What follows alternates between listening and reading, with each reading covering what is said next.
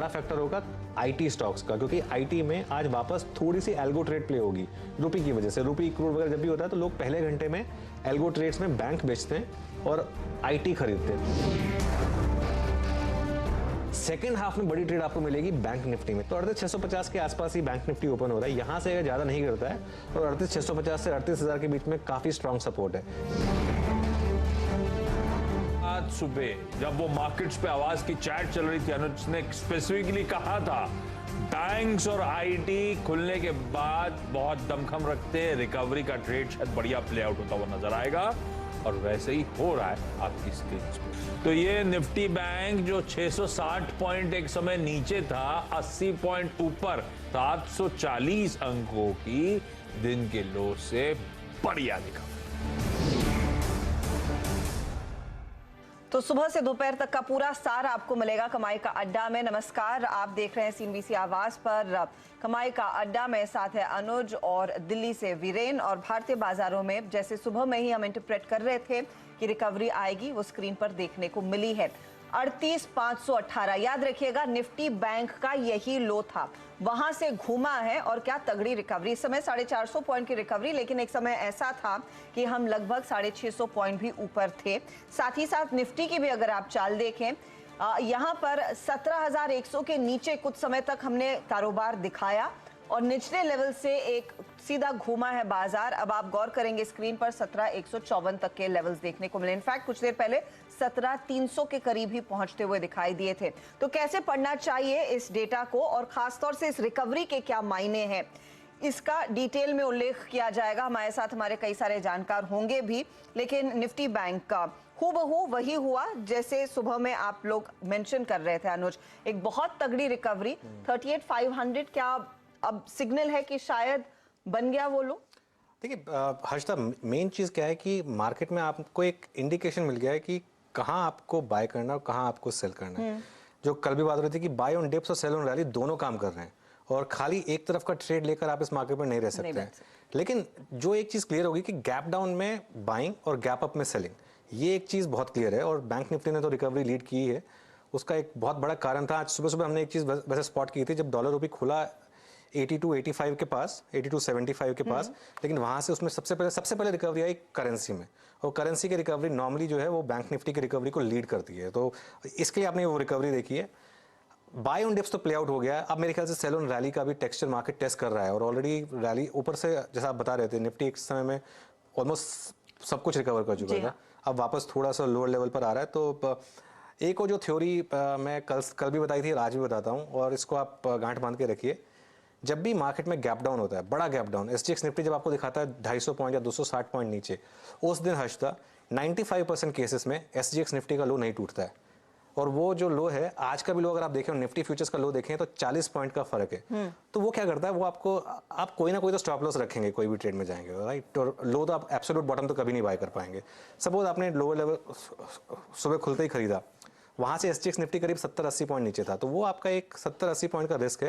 लेकिन अपसाइड पे निफ्टी ने आपको करीब करीब 200 पॉइंट से ऊपर दिया, तो 3:1 का एक जो है रिस्क रिवॉर्ड ट्रेड वहाँ पर प्ले आउट होता है। उसका कारण क्या है? उसका कारण ये कि SGX निफ्टी ट्रेडेड रेट है, और लोग जो है सुबह सुबह हमारी मार्केट खुलने से पहले एक एडवांटेज लेना चाहते हैं, इसके लिए वो SGX निफ्टी में भारी भरकम सेलिंग करते हैं, और नॉर्मली वो लेवल वायलेट नहीं होता है। आज का हाई और आज का लो अब आपके लिए एक अहम लेवल बन गए हैं। आज का लो तो एक सैक्रोसैंक्ट सपोर्ट है, और आज का हाई एक लेवल है देखने वाला 17,000 और 17,100 पर। काफ़ी हैवी पुट राइटिंग है, तो वो दिखा रहा है कि 17,000 पर, तो ये वही है, इस हर कोई नहीं कर पाता उस रेंज को ट्रेड। अगर आप कर सकते हैं कि 17,000 के करीब बाय करिए, 17,500 के करीब सेल करिए, तो मेरे ख्याल से आपका पैसा बन रहा है। और बैंक निफ्टी पर 38,500 का जो लेवल है, जहाँ पे ह्यूज पुट राइटिंग अभी भी विजिबल है, और आज का लो जो है वो वही करीब 38,500 के करीब है, वहाँ पर अच्छा खासा सपोर्ट है। तो यही लेवल है। और एक लास्ट चीज़, कल भी जो हम बोल रहे थे, ओवरनाइट कोई ट्रेड मत कैरी करिए। कल 3 बजे लग रहा होगा कि अब तो मार्केट में सब कुछ नॉर्मल हो गया, अब आप ले जाइए घर, लॉन्ग पोजीशन, मार्केट ऊपर ओपन होगा। जो कल लॉन्ग पोजीशन लेकर गया, उसका देखिए क्या हाल हुआ सुबह सुबह खुलते ही। तो ओवरनाइट पोजीशन मत रखिए, ये मार्केट आपको बेहतरीन मौके दे रहा है, इंट्राडे में आपको बेहतरीन मौके दे रहा है, तो आपको ओवरनाइट रिस्क कैरी करने की जरूरत नहीं है। ओवरनाइट रिस्क कैरी ना करने से एक और चीज़ अच्छी होती है, शाम को आप और अच्छी चीज़ें कर सकते हैं। आप शाम को कोई फिल्म देख सकते हैं, अपने परिवार के साथ टाइम स्पेंड कर सकते हैं, रादर देन जस्ट डाउ फ्यूचर और एसजीएक्स निफ्टी को देखकर अपना ब्लड प्रेशर बढ़ाने के बजाय। तो वो चीज़ इसके लिए मैं कहता हूँ कि ओवरनाइट पोजीशन मत कैरी करिए। अगले दिन मार्केट आपको सुबह 9:15 बजे खुलेगा, ढेरों मौके देगा।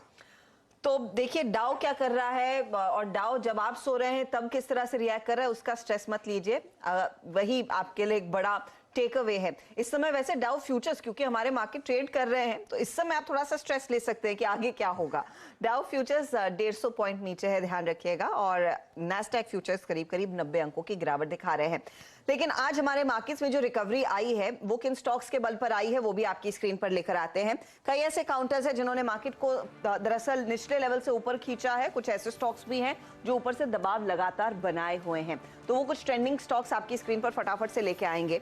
तो कहां से मदद मिली है? बैंकों में एक्सिस बैंक खासतौर से 1.5% की बढ़त पर इस समय कारोबार करता हुआ, इसका बड़ा योगदान है। आज टेक्नोलॉजी का दिन है क्योंकि आज दोपहर इनफैक्ट शाम को मार्केट बंद होने के बाद 4:30 बजे के बाद टीसीएस आईटी दिग्गज के नतीजे आएंगे। 1.25% ऊपर है ये काउंटर। गेल में आज हमने देखा है कुछ बढ़त आती हुई, 1.5% का इजाफा, और गुजरात गैस में भी आधे % तक की बढ़त देखने को मिल रही है। ये हुई तेजी वाले काउंटर्स की बात। लेकिन फटाफट कुछ ऐसे स्टॉक्स जो बाजार पर दबाव डाल रहे हैं, तो टाटा मोटर्स Q2 का जो JLR का आंकड़ा है वो दरअसल निराशाजनक रहा और इसीलिए स्टॉक टूटा। सुबह से कमजोर है, अभी भी 4.5% के नुकसान पर कर रहा है कारोबार। आज दरअसल FMCG काउंटर्स में कुछ करेक्शन देखने को मिला है। टाटा कंज्यूमर सबसे ज्यादा कमजोर है, 3% नीचे, लेकिन बाकी ITC, एशियन पेंट्स, HUL ये दूसरे स्टॉक्स है जहां पर थोड़ी बहुत मुनाफा वसूली देखने को मिली। India Bull Housing, Ashok Leyland जैसे काउंटर्स भी हैं जो दरअसल दबाव के घेरे में हैं।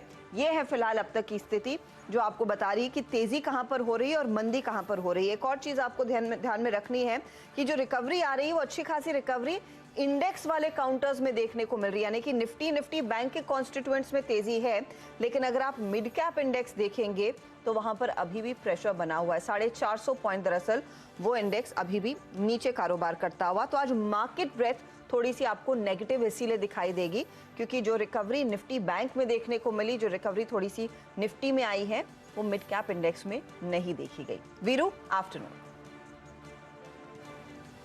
जी गुड आफ्टरनून हर्षिता, और आइए एक बार देखते हैं कि एग्जैक्टली हमारे इस कार्यक्रम का फ्लो क्या है। और कार्यक्रम में हमारे साथ इस वक्त मौजूद रहेंगे टेक्निकल पर्सपेक्टिव से बातचीत करने के लिए राजेश सतपुते, प्रकाशकावा.com के प्रकाश कावा, मानस जायसवाल, विकास सालुके और शिल्पा राउत। शरद अवस्थी फंडामेंटल पर बातचीत करेंगे और चार का चौका भी इस सेगमेंट में ही होगा, जिसमें आज सस्ता ऑप्शन शिल्पा और विकास सालुके जी, आज चार का चमत्कार, FN सुपरस्टार मानस जायसवाल और मिड कैप फंड शरद अवस्थी जी के सौजन्य से। बिग मार्केट वॉइसेस में आज हमारे साथ होंगे दीपन मेहता और यतिन से जानेंगे रीडिंग चेक में 3:10 पे डीलर्स क्या चीज कर रहे हैं इस मार्केट में। खैर आगे बढ़ते हैं, एक काम करते हैं, ट्रेड्स पिक करना शुरू करते हैं यहाँ से। मानस, आपका पहला कन्विक्शन ट्रेड क्या चीज करेंगे आप एग्जैक्टली क्लोजिंग में? इस वक्त थोड़ा निफ्टी हायर लेवल से रिट्रेस हुआ है, बैंक निफ्टी हायर लेवल से रिट्रेस हुआ है, बैंक निफ्टी अपने 39,000 के साइकोलॉजिकल लेवल के नीचे। आपका व्यू? देखिए निफ्टी भी ऊपर सस्टेन नहीं हो पाया, 50 डे मूविंग एवरेज के ऊपर सस्टेन नहीं हो पाया। बैंक निफ्टी ने भी अपने 20 डे मूविंग एवरेज को टेस्ट किया, लेकिन उसके ऊपर सस्टेन होना थोड़ा मुश्किल रहा। मेरा समझना है कि देखिए दोनों तरफ के मूव्स देखने को मिलेंगे, तो स्टॉक स्पेसिफिक मार्केट है।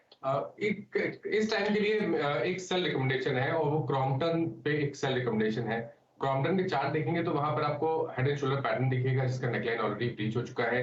आज स्टॉक ने 200 डे और 100 डे मूविंग एवरेज ब्रीच कर दी है, उसके नीचे फिसला है। तो क्रॉम्पटन पे करंट लेवल्स पे बिकवाली करेंगे 396 के स्टॉप लॉस के साथ 372 के टारगेट के लिए। मैं एक्चुअली फ्रेश ब्रेकडाउन आ रहा है इसमें मानस की, वो है पिक का। एक बार जरा HDFC बैंक का इंट्राडे चार्ट लेकर आइए। और ये एक जैसे कह रहे हैं ना, एक प्रॉब्लम चाइल्ड मार्केट के लिए। जब भी मतलब एक टाइम पे ये विराट कोहली हुआ करता था टीम का, इस समय अब ये विराट कोहली है जब लेकिन वो आउट ऑफ फॉर्म में फॉर्म है। नहीं थे। हाँ, अभी out of form Virat Kohli. चलिए बहुत अच्छा किया आपने, मैं कोई और नाम लेता फिर बेकार में सुनने को मिलता, कंट्रोवर्सी होती है। हाँ, तो देखिए 184 पॉइंट का ड्रैग बैंक निफ्टी पर, और जब भी इसमें रिकवरी आती है कोई ना कोई इसको बेच रहा है हर्षिता। और ये मतलब बहुत ही इंटरेस्टिंग चीज़ है कि एक स्टॉक जो एक हमेशा मार्केट के लिए कैप्टन का दर्जा रखता था, 3 साल से अभी अंडर परफॉर्म कर रहा है। 1 साल नहीं, 2 साल नहीं, 3 साल से लगातार अंडर परफॉर्म कर रहा है। और इसके मुकाबले ICICI बैंक कितना स्ट्रांग हो गया। और अगर इसी तरीके से चलता रहा तो कुछ टाइम में शायद कैप्टन से भी लूज कर देगी ICICI बैंक को, ये पॉसिबल है। प्रकाश काबा जी भी जुड़ रहे हैं। Prakash ji good afternoon. पहले तो HDFC बैंक पर राय दीजिए और उसके बाद अपनी ट्रेड बताइए। Well good afternoon to you Anuj. HDFC bank की बात कर रहे हैं। वेल HDFC बैंक का जो चार्ट है उसके हिसाब से लगता है कि शायद यहाँ पर लो लेवल पे सपोर्ट मिले, लेकिन स्ट्रक्चरली थोड़ी वीकनेस है कह सकते हैं। डाउन मूव मिला है, फिर अप मूव मिला, लेकिन अप मूव में सस्टेन नहीं कर पाया, तो पॉसिबल है कि लोअर लेवल करीब 1380 के देखने को मिल सकते हैं। स्लाइड तो है 1420 45 का स्टॉप लगा चले एचडीएफसी बैंक में, तो लगता है एक ट्रेड बनता है on the long side, short side. Stock जो मैंने चुना है इस वक्त वो है शॉर्टिंग आइडिया, वो है लुपिन। लुपिन मुझे वीकनेस नजर आती है, ब्रेकडाउन स्ट्रक्चर है, यहाँ पर एक बहुत अच्छा अप मूव मिला था लेकिन वहां पर सस्टेन नहीं हुआ, लो लेवल अब ट्रेड कर रहा है 705 पर। पॉसिबल है कि 690 का जोन देखने को मिल सकता है लुपिन में। स्टॉप पिक बहुत टाइट है, उतना ही जरूरी है, ज्यादा जरूरत भी नहीं है, और वो होगा स्टॉप करीब 711 का। तो लुपिन में ध्यान देना चाहिए on the long short side. 711 का स्टॉप, 690 का नीचे लेवल देखने को मिल सकता है। तो मंदी का ट्रेड एक के बाद एक, क्रॉम्पटन पे पहले एक सेल कॉल आया, अब लुपिन पर एक मंदी का ट्रेड 690 के लिए दरअसल शॉर्ट करने की सलाह। शिल्पा राउत को जोड़ लेते हैं। शिल्पा, गुड आफ्टरनून, बताइए आपका ट्रेड क्या रहेगा इस घंटे का? Good afternoon. मेरा थोड़ा कॉन्ट्राडिक्टरी कॉल रहेगा, बाय कॉल रहेगा इंडिया सीमेंट पे। मॉर्निंग में it is moving in a range 270 का बहुत अच्छा सपोर्ट लिया, ऑप्शन चेन में भी 270 एंड 260 पे बहुत अच्छा बिल्टअप है। तो मेरे हिसाब से लास्ट आवर में 270 के स्टॉप लॉस से इंडिया सीमेंट को बाय करना चाहिए। अभी 273 चल रहा है, टारगेट्स आपको मिल जाएंगे 279, देन 284, देन 290 ऑल्सो। तो इंडिया सीमेंट में कॉन्ट्रा ट्रेड, आज वैसे भी सीमेंट स्टॉक्स सुबह में तो काफी ज्यादा एक्टिविटी देखने को मिल रही थी, जब वो अपडेट हम आपको दे रहे थे कि जेपी एसोसिएट का दरअसल एक आज बोर्ड बैठक में एक प्लांट पर डाइवेस्टमेंट की विचार हो सकते हैं, और देखना है यहाँ पर किस तरह का कंसोलिडेशन आता हुआ दिखाई देगा, कौन वो पार्टी सामने निकल कर आएंगे। तो सीमेंट काउंटर्स रेडार पर, पिछले हफ्ते भी हम इसकी चर्चा कर रहे थे, 290 के टारगेट के लिए शिल्पा कह रही है कि एक तेजी का ट्रेड बनता है। चलिए शरद अवस्थी को भी जोड़ेंगे जी। थोड़ा आगे बढ़े उससे पहले एक बार डेटा देख लीजिए हर्षिता, इसमें एक इक्विटी वाला जो नंबर है ना, मैं उस पर फोकस करना चाहता हूँ। एक बार जरा इक्विटी वाला नंबर लेकर आइए। नेट इक्विटी इनफ्लो जो म्यूचुअल फंड्स का है सितंबर का, वो है 3 महीनों के ऊपरी स्तर पर। और ये क्यों जरूरी है? क्योंकि ये इसका नंबर देखिए, 5,944 करोड़ से बढ़कर 14,077 करोड़। 6,000 करोड़ पे आपको लगता था कि 6,000 करोड़ का नंबर आएगा क्या? अभी 14,000 करोड़ मंथ का नंबर है। आज सुबह जब रामदेव जी से बात हो रही थी तो वो कह रहे थे कि ये जो नंबर है ये तो अभी टिप ऑफ द आइसबर्ग है, यहाँ से आपको इतना पॉजिटिव सरप्राइज करेगा।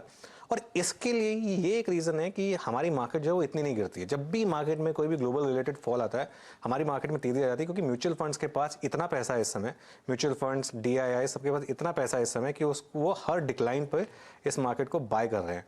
और ये एक तरीके से एक कॉन्फिडेंस भी बता रहा है आपका कि जो लोग हैं वो रिडीम करने के बजाय जब भी गिरावट आ रही है तो उसमें और खरीद रहे हैं। ये नंबर काफ़ी बड़ा है एक्चुअली, जो इक्विटी जो इन्फ्लो है। MF इंडस्ट्री में नेट आउटफ्लो है 41,000 करोड़ का।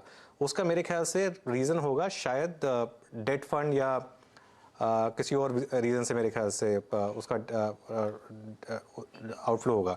इक्विटी में इन्फ्लो है, इक्विटी का जो इन्फ्लो है वो 3 महीनों के ऊपरी स्तर पर है, जिसको कि हम सबसे ज़्यादा ट्रैक करते हैं। जी हाँ, तो इक्विटी बाजार में जो इन्फ्लो है, इक्विटी मार्केट यानी कि शेयर बाजार, म्यूचुअल फंड डेटा डेट और इक्विटी दोनों में बांटकर देखा जाता है। तो नेट इनफ्लो या चाहिए नेट आउटफ्लो का आंकड़ा है, नेट इनफ्लो का भी आंकड़ा दिखाइएगा प्लीज। कुछ लिक्विड फंड्स में हमने देखा था लिक्विडेशन आती हुई दिखाई दी थी, उसमें से कुछ डेटा पिछले महीने भी मैं देख रही थी कि कुछ पैसा निकला था और इक्विटी में शिफ्ट होता हुआ दिखाई दे रहा था। तो नेट इक्विटी का जो इनफ्लो है वो 14,000 करोड़ के ऊपर निकल कर आया है। अनुज, ये तो डबल ही हुआ, 5,900 करोड़ से 14,000, डबल से ज्यादा। तो ये एक बहुत स्ट्रॉन्ग सिग्नल है कि कितना कन्विक्शन दरअसल रिटेल निवेशकों का भारतीय बाजार में है। इसको आप ऑलमोस्ट $2 बिलियन मान लीजिए। सुबह जब रामदेव जी से बात हो रही थी वो कह रहे थे $5 बिलियन पर मंथ की एक वो रखता है, मतलब इंडियन मार्केट में पोटेंशियल है। $5 बिलियन पर मंथ का डोमेस्टिक इनफ्लो का। और ये तो सिर्फ म्यूचुअल फंड है, उसके अलावा डायरेक्ट इन्वेस्टमेंट्स, HNI की इन्वेस्टमेंट्स, इनको तो हम गिन नहीं रहे हैं, ये तो सिर्फ जो है म्यूचुअल फंड इन्वेस्टमेंट्स है। Interesting data. इसके साथ तो मुझे लगता है कैम्स का एक बार शेयर देख ही लेना चाहिए, क्योंकि वो दरअसल वो डेटा ट्रैक करता है। आप कैम्स के प्लेटफॉर्म पे जाके खुद म्यूचुअल फंड्स खरीद बेच भी सकते हैं। तो 2.5% तक की तेजी उसी से सरोकार रखती है। और कैम्स के लिए आज एक बड़ा अपडेट भी सुबह में निकल कर आ रहा था। अच्छा, राजेश सातपुते तैयार है, विकास सालुंके भी और शरद अवस्थी भी। शरद, मैं पहले आपकी राय लेना चाहूंगी। आपका ट्रेड तो एक तरफ, लेकिन इस डेटा को आप कैसे पढ़ रहे हैं? ये तो क्लियर कट साइन है, जो म्यूचुअल फंड इक्विटी में डेटा फ्लो आता हुआ दिखाई दे रहा है, फिर जो पैसा आ रहा है, कि भारतीय बाजार की इनहेरेंट स्ट्रेंथ पर काफी भरोसा है। रिटेल निवेशकों की तरफ से वो एसआईपीज लगातार चल रही हैं और नया निवेश भी शुरू हो रहा है। जी बिल्कुल, ये एक नया ट्रेंड है मेरे हिसाब से। कोविड के टाइम में भी जो क्रैश आया उसमें भी, जैसे पहले हमने हमेशा देखा है कि एसआईपीज वगैरह फटाफट बंद हो जाती थी और लोग डर के पैसा विड्रॉ करने लगते थे। कोविड के टाइम से ये एक टोटल चेंज है व्यू में, जहां डोमेस्टिक इन्वेस्टर्स अपनी डोमेस्टिक जो इंडिया की स्टोरी है उस पे स्टिक ऑन कर रहे हैं। और जो डिसिप्लिन एसआईपी में होना चाहिए कि आप एक लॉन्ग टर्म इन्वेस्टर की तरह उसको 5-7 साल एक्यूमुलेट करें, वो थॉट प्रोसेस काफी इनग्रेन हो गया है पूरे सिस्टम में। और लगातार हमने उसमें इंप्रूवमेंट देखा और इस महीने के फिगर्स तो काफी चौंका देने वाले हैं और काफी पॉजिटिव फिगर्स है। और जो करेक्शन है वो भी हमने ज्यादा नहीं देखी है इसीलिए भारतीय बाजारों में, क्योंकि जो डोमेस्टिक इनफ्लोज हैं वो काफी स्ट्रांगली जो एफआईआई सेलिंग है उसको काउंटर कर रहे हैं। और डोमेस्टिक स्टोरी भी अपनी काफी स्ट्रांग है compare to rest of the world, जो वैल्यूएशन प्रीमियम में भी दिख रहा है। तो जो सिंपली वैल्यूएशन प्रीमियम देख के इंडिया को अवॉइड कर रहे हैं वो शायद रॉन्ग फुट पे पकड़े जाएंगे अगले 5-10 सालों के लिए। कुल एयूएम है ना टोटल 39.34 लाख करोड़ से घटकर जो 38.42 लाख करोड़ हुआ है, उसमें मेरे ख्याल से कुछ हिस्सा इसलिए भी होगा क्योंकि सितंबर में मार्केट थोड़ी सी गिरी थी, तो उसकी वजह से उसका भी थोड़ा सा एक इम्पैक्ट उसमें आया होगा। इसका मतलब अनुज, एक चीज काफी इंटरेस्टिंग आपको दिखाई दी होगी, ये तमाम इनफ्लोज जो है वो लगातार बढ़ते दिखाई दे रहे हैं और ये हुआ है कोविड ऑनवर्ड्स, राइट? जो नया पैसा आया, जो मिलेनियल्स पैसा लगा रहे हैं अलग अलग एप्स पे, लेकिन जो एएमसी स्टॉक्स है उनमें उस तरह का रिटर्न नहीं देखने को मिला जो शायद प्री कोविड एरा में, जो for an example HDFC AMC क्या चलता था वो स्टॉक, आजकल उसकी कोई बात नहीं करता है, उसको कोई छूता नहीं है। मेरे ख्याल से वहाँ अपॉर्चुनिटी है एक्चुअली। हर्षदाल, एचडीएफसी एएमसी के साथ प्रॉब्लम ये थी कि अपनी पीक पर वो दुनिया का सबसे एक्सपेंसिव फाइनेंशियल स्टॉक था। भारत का तो छोड़ दीजिए, दुनिया का सबसे एक्सपेंसिव फाइनेंशियल स्टॉक था वो एचडीएफसी एएमसी का। और उसके बाद उसमें डिक्लाइन आई, फिर प्रशांत जैन जी जब छोड़कर गए तब लगा कि आगे कैसे चलेगा ये। हालांकि काफ़ी एबल हाथों में है अभी ये फंड। निपॉन, यूटीआई, एएमसी, मेरे ख्याल से इनका एक कंसोलिडेशन फेज चल रहा है आज, बिकॉज पहले जो रैली हुई पोस्ट कोविड वो लगातार वन वे रैली हुई थी। मेरे ख्याल वन वे रैली के बाद स्टॉक्स में नॉर्मली थोड़ा कंसोलिडेशन आना मेरे ख्याल से लाजमी है, वही हो रहा है इस समय। और अगर आपकी बिग बेट इंडिया पे है और अगर डोमेस्टिक सेविंग्स को लेकर है तो इसके लिए मेरे ख्याल से एक और चीज़ होती है कि थोड़े से म्यूचुअल फंड्स के जो मार्जिन्स वगैरह हैं वो थोड़े से धीरे धीरे कम हो रहे हैं। तो आपको पैसा तो मिल रहा है लेकिन आप उस पैसे को रन करके अपने लिए कितना पैसा बना पा रहे हैं, ये एक मतलब थोड़ी सी देखने वाली बात है। तो ये भी एक फैक्टर हो सकता है कि शायद इसके लिए। लेकिन आपको फेज़ याद होगा 2007-8 में जब मार्केट इतना गिरा था, जब एफआईज ने इतना बेचा था, उस समय अगर हमारे पास ये सपोर्ट होता तो उस समय मार्केट इतना नहीं गिरता। तो ऐसे ही आज जो मार्केट नहीं गिर रहा है इतना ग्लोबल डिक्लाइन के बाद भी, उसका कारण यही है जो है। म्यूचुअल फंड शेयर्स यहाँ से चलेंगे कि नहीं कहना थोड़ा टफ है, मेरे ख्याल से चलेंगे, अभी नहीं चलेंगे लेकिन शायद थोड़े टाइम के बाद कंसोलिडेशन के अगर बाद। बस प्लेन वनीला एनालिसिस करें तो चलने चाहिए, अब परहैप्स टाइम विल टेल। अच्छा, हमारे साथ दूसरे जानकार हैं राजेश सातपुते। आफ्टरनून, बताइए आपका ट्रेड क्या होगा? गुड आफ्टरनून हर्षदा जी, गुड आफ्टरनून एवरीवन। हर्षदा जी देखिए, नजर तो आईटी स्टॉक्स पे है जहाँ पे शॉर्ट कवरिंग है और मुझे लगता है कि अगर ट्रेड लेना है तो मैं एम्फोसिस बीएफएल पे लूंगा। ओवरऑल अगर आप देखें तो माइंट्री भी चल रहा है, एलटीआई भी चल रहा है, तो लेकिन चार्टिकली मुझे लगता है कि एम्फोसिस थोड़ा सा वन नॉच बेटर लग रहा है क्योंकि 10-20 डीएमए का पॉजिटिव है, डाइवर्जेंस आ रहा है। तो कंसोलिडेशन का ब्रेकआउट था परसों के दिन, कल का दिन का एक पॉज था और आज फिर से वो जो स्ट्रेंथ है वो रिज्यूम हो रही है। तो ये 2120 के ऊपर एम्फोसिस बाय करना है, हमें स्टॉप लॉस रखना है 30 पॉइंट्स का, और जो सामने टारगेट दिखता है वो है 2200-2220 का। एम्फोसिस अगर आप देखें आपकी स्क्रीन पे 2121 पे ट्रेड करता हुआ डे हाई की डिरेक्टरी में लगभग 2.5% ऊपर है। एक चीज़ यहाँ पे राजेश जी और ऐड करिएगा, अगर मैं इस वक्त आईटी में ओआई एडिशंस को देखूं, क्योंकि आपने माइंट्री का जिक्र भी किया, वो करना काफ़ी अगर आप देखें ज़रूरी था यहाँ पे। माइंट्री अब एग्जैक्टली अगर आप देखें अपने जो क्लस्टर ऑफ मूविंग एवरेजेस हैं उसको बाइसेक्ट करके 200 डेमा का कहीं ना कहीं वेट कर रहा है, विच इज़ प्लेस्ड अराउंड 3400 3400 के आसपास। एक बार माइंट्री को थोड़ा सा समराइज कीजिएगा। और सिंस अभी भी हम अगर आप देखें हार्डली हमने 1/3 टाइम स्पेंड किया है सीरीज में, आईटी एक मूव दे रहा है, इसकी कोई हाई स्ट्राइक की कॉल ऑप्शन आपको इंप्रेस कर रही है या फिर फ्यूचर्स? वीरेंद्र जी देखिए, फ्यूचर की अगर बात करें तो आपने बिल्कुल सही कहा, क्योंकि माइंट्री अपने 200 डीएमए को हिट कर रहा है। कहाँ पे वो है? 3380 के आसपास माइंट्री का 200 डीएमए है, एक्सपोनेंशियल मूविंग एवरेज। तो मेरे हिसाब से अगर हमको ट्रेड लेना है 3350 3350 का कॉल ऑप्शन तकरीबन 120 रुपए के आसपास मिल रहा है। हम इस पे फोकस कर सकते हैं। As per as the levels are concern, 123 पे बाय बनेगा, 90 का स्टॉप लॉस होगा और आपको टारगेट सेट करना है करीबन 170 180 के ट्रेजेक्टरी। मुझे लगता है कि वहां तक तो मूव मिलेगा। ओवरऑल अगर आज आप देखें तो आईटी में कॉन्ट्रा बाइंग हो रही है। वाकई विकास इस बीच हमारे साथ जुड़ चुके हैं, विकास सारू के। विकास, गुड आफ्टरनून कार्यक्रम में स्वागत है। विकास, आप क्या चीज कर रहे हैं इस क्लोजिंग में? निफ्टी में एक डिप आया था, बट आई थिंक वो कहीं ना कहीं वो जो डिप है बार बार बाय किया जा रहा है, और अभी कुछ देर पहले का जो स्विंग था उसका इंट्राडे लो लगा करीब 17,150। आप किस चीज में एंट्री ढूंढ रहे हैं इस वक्त? 2 बजे क्या अच्छा स्विंग दे सकता है? Good afternoon Virendra ji. देखो, ओवरऑल मार्केट का जो सेटअप है एक रेंज में देखने मिल रहा है। मुझे लगता है कि मुझे भी यहाँ पे एक माइंड ट्री पे कॉल देना था, ऑलरेडी अभी डिस्कस कर चुके हैं। तो दूसरा मेरा रहेगा वेदांता में आज हमने देखा है कि ओवरऑल आज देखो तो पूरा मेटल पैक में एक अच्छा पॉजिटिव रुझान देखने मिल रहा है। तो वेदांता यहाँ पे मुझे अच्छा लग रहा है। ऊपर में 314 के टारगेट के लिए यहाँ पे बाय करके जा सकते हैं, और नीचे में 286 के आसपास का एक सपोर्ट इस काउंटर में देखने मिल रहा है। हालांकि हमने देखा कि लास्ट 3 ट्रेडिंग सेशन में इसी सपोर्ट से ये ऊपर की तरफ आ रहा है, और आज उसने 292 के ऊपर की रेंज के ऊपर पूरा दिन ट्रेड करते हुए देखने मिल रहा है फर्स्ट हाफ में। तो मुझे लगता है ऊपर में 314 के टारगेट यहाँ पे वेदांता में आते हुए देखने मिल सकता है। इंट्राडे पे हमने देखा है कि इस काउंटर में पहले हाफ में एक साइडवाइज मोमेंटम देखने मिला, फर्स्ट जिस हिसाब से चल रहा था, उसके बाद वापस एक पॉजिटिव रिजल्ट यहाँ पे देखने मिल सकता है आज और कल में। तो मुझे लगता है जाते जाते वेदांता यहाँ पे एक अच्छा कैंडिडेट रहेगा। ओके, चलिए 2 स्टॉक लेकर आते हैं, एक इंडिया सीमेंट्स और एक इंडिया बुल्स हाउसिंग फाइनेंस। दोनों स्टॉक्स एफ&ओ में हैं, और दोनों का जिक्र मैं इसलिए कर रहा हूँ, दोनों की अगर एफ&ओ प्लेट एक बार देखेंगे आप तो इंडिया सीमेंट में 18% का ओआई बिल्डअप है, और इंडिया बुल्स हाउसिंग फाइनेंस में करीब 16% का ओपन इंटरेस्ट बिल्डअप है। ये दोनों कल जब फ्राइडे को मार्केट्स बंद हुए थे तो इंडिया बुल्स हाउसिंग में 84% पोजीशन लिमिट क्रॉस हो चुकी थी, और इंडिया सीमेंट में 83%। तो अगर आज का ओपन इंटरेस्ट लास्ट के आधे 1 घंटे में अगर कम नहीं होता है तो ये दोनों के दोनों स्टॉक्स बैन में आ जाएंगे। आज इंडिया बुल्स हाउसिंग फाइनेंस और इंडिया सीमेंट दोनों की तैयारी है इस समय बैन में जाने की, एफ&ओ बैन में जाने की। एफ&ओ बैन में जाने के बाद स्टॉक काफ़ी वॉलेटाइल हो जाता है। तो एक अगर आप लोगों के पास पोजीशंस हैं इसमें इंडिया बुल्स हाउसिंग फाइनेंस में और इंडिया सीमेंट्स में, जो भी दर्शक इस समय देख रहे हैं उनको मैं एक थोड़ा चेतावनी दे रहा हूँ कि थोड़ा संभल कर चले यहाँ पर।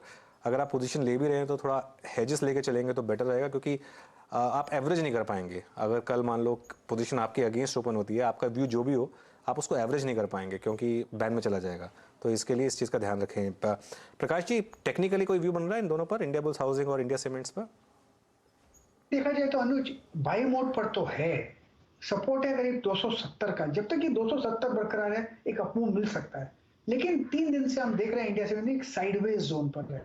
तो यहाँ पर तो मुझे लगता है कि ट्रेड बनता है, अगर बनता है थोड़ा बायस ऑन द अपसाइड है, लेकिन इंडिया बुल हाउसिंग ये क्लियरिटी नहीं है। इसलिए अगर ट्रेड बनता है तो शॉर्ट साइड बन सकता है। 130 का कोई स्टॉप लगाकर चले तो पॉसिबल है कि लोअर लेवल के 120 के देखने को मिल सकता है, क्योंकि लास्ट 2-3 घंटे का जो मूव हमने देखा ये लग रहा है कि रिएक्टिव अप मूव। ऊपर तो क्या है शायद, लेकिन नीचे आने के लिए तो यहाँ पर स्ट्रॉन्ग रेजिस्टेंस है 130 में इंडिया बुल हाउसिंग में। ट्रेड करना है शायद ऑन डाउन साइड। ठीक है, जरा एक बार आईटीसी का चार्ट लेकर आइए, जो थोड़ी सी निफ्टी वापस लो पे तो नहीं गया है, लेकिन पूरा हाई से तो काफ़ी नीचे आ गया है निफ्टी। और ये दोनों साइड की जो ट्रेड्स की बात हो रही थी, आईटीसी इस समय ऑलमोस्ट अपनी लोएस्ट पॉइंट पर ट्रेड कर रहा है इस समय आईटीसी का स्टॉक।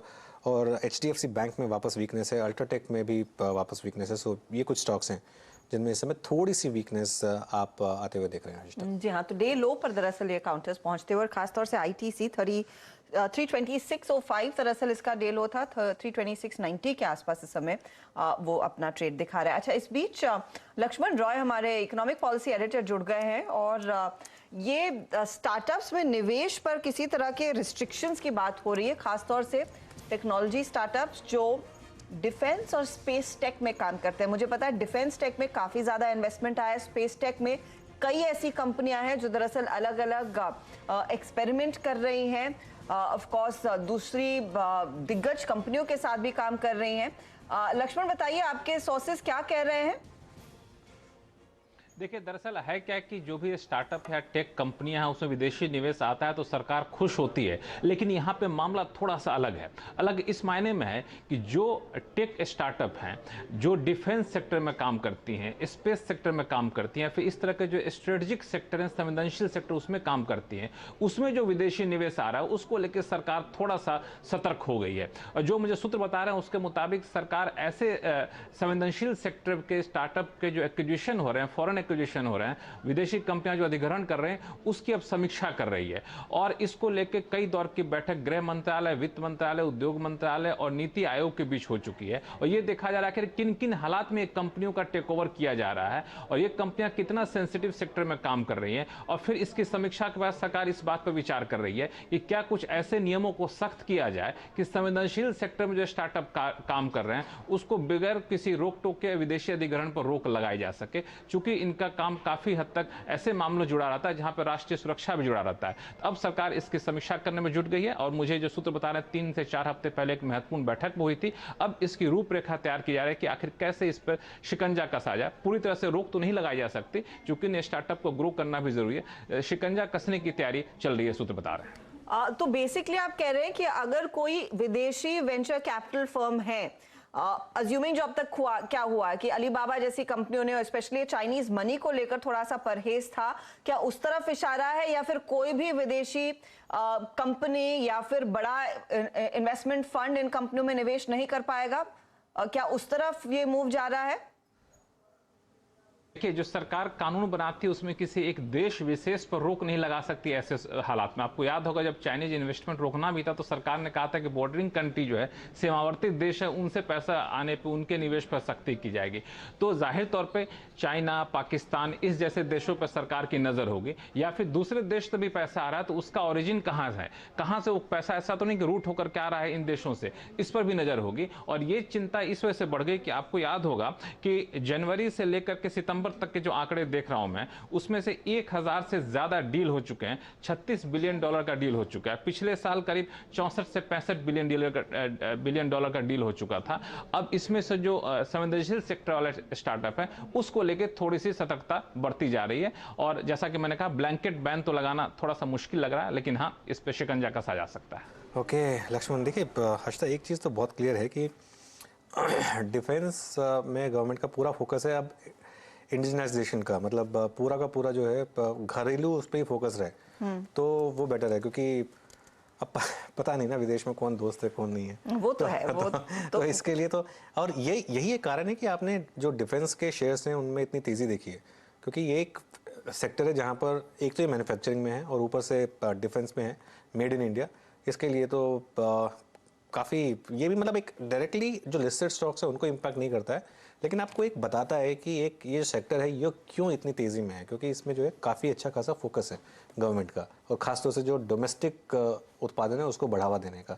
इसके लिए ये थोड़ा सा सेक्टर आज भी आपने हेडलाइन में डिस्कस किया कि डिफेंस स्टॉक्स किस तरह से भाग रहे हैं। लेकिन इंटरेस्टिंग होगा कि यहाँ पर फिर नया पैसा अगला क्या आएगा, क्योंकि अनुज, मेरे को याद है स्काई रूट एक तेलंगाना बेस्ड कंपनी है, एरोस्पेस में, स्पेस टेक में है। उन्होंने जो फंडिंग रेज की थी वो दरअसल सिंगापुर के फंड GIC की तरफ से आई थी। अब ये कुछ फंड्स हैं जो बड़े पैमाने पर पैसा लगाते हैं, सॉवरेन फंड्स बड़ा पैसा लगाते हैं, तो क्या हम उस पैसे को रोक रहे हैं या फिर वहां पर कुछ और फिल्टरिंग होगी कि किस तरह का पैसा? मेरे ख्याल से फिल्टरिंग होगी। ये जो इन्वेस्टमेंट्स है ना आज तक, ये तो जैसे कहते हैं एक टैक्टिकल इन्वेस्टमेंट्स होती हैं। ये कोई GIC को आपके डिफेंस में कोई लेना देना नहीं, उनको सिर्फ अपने पैसे पे रिटर्न चाहिए। तो GIC तो प्योरली फाइनेंशियल इन्वेस्टर है और GIC काफी समय से इंडिया में इन्वेस्ट कर रहा है, तो इसके लिए उनके ऊपर एक ट्रस्ट है।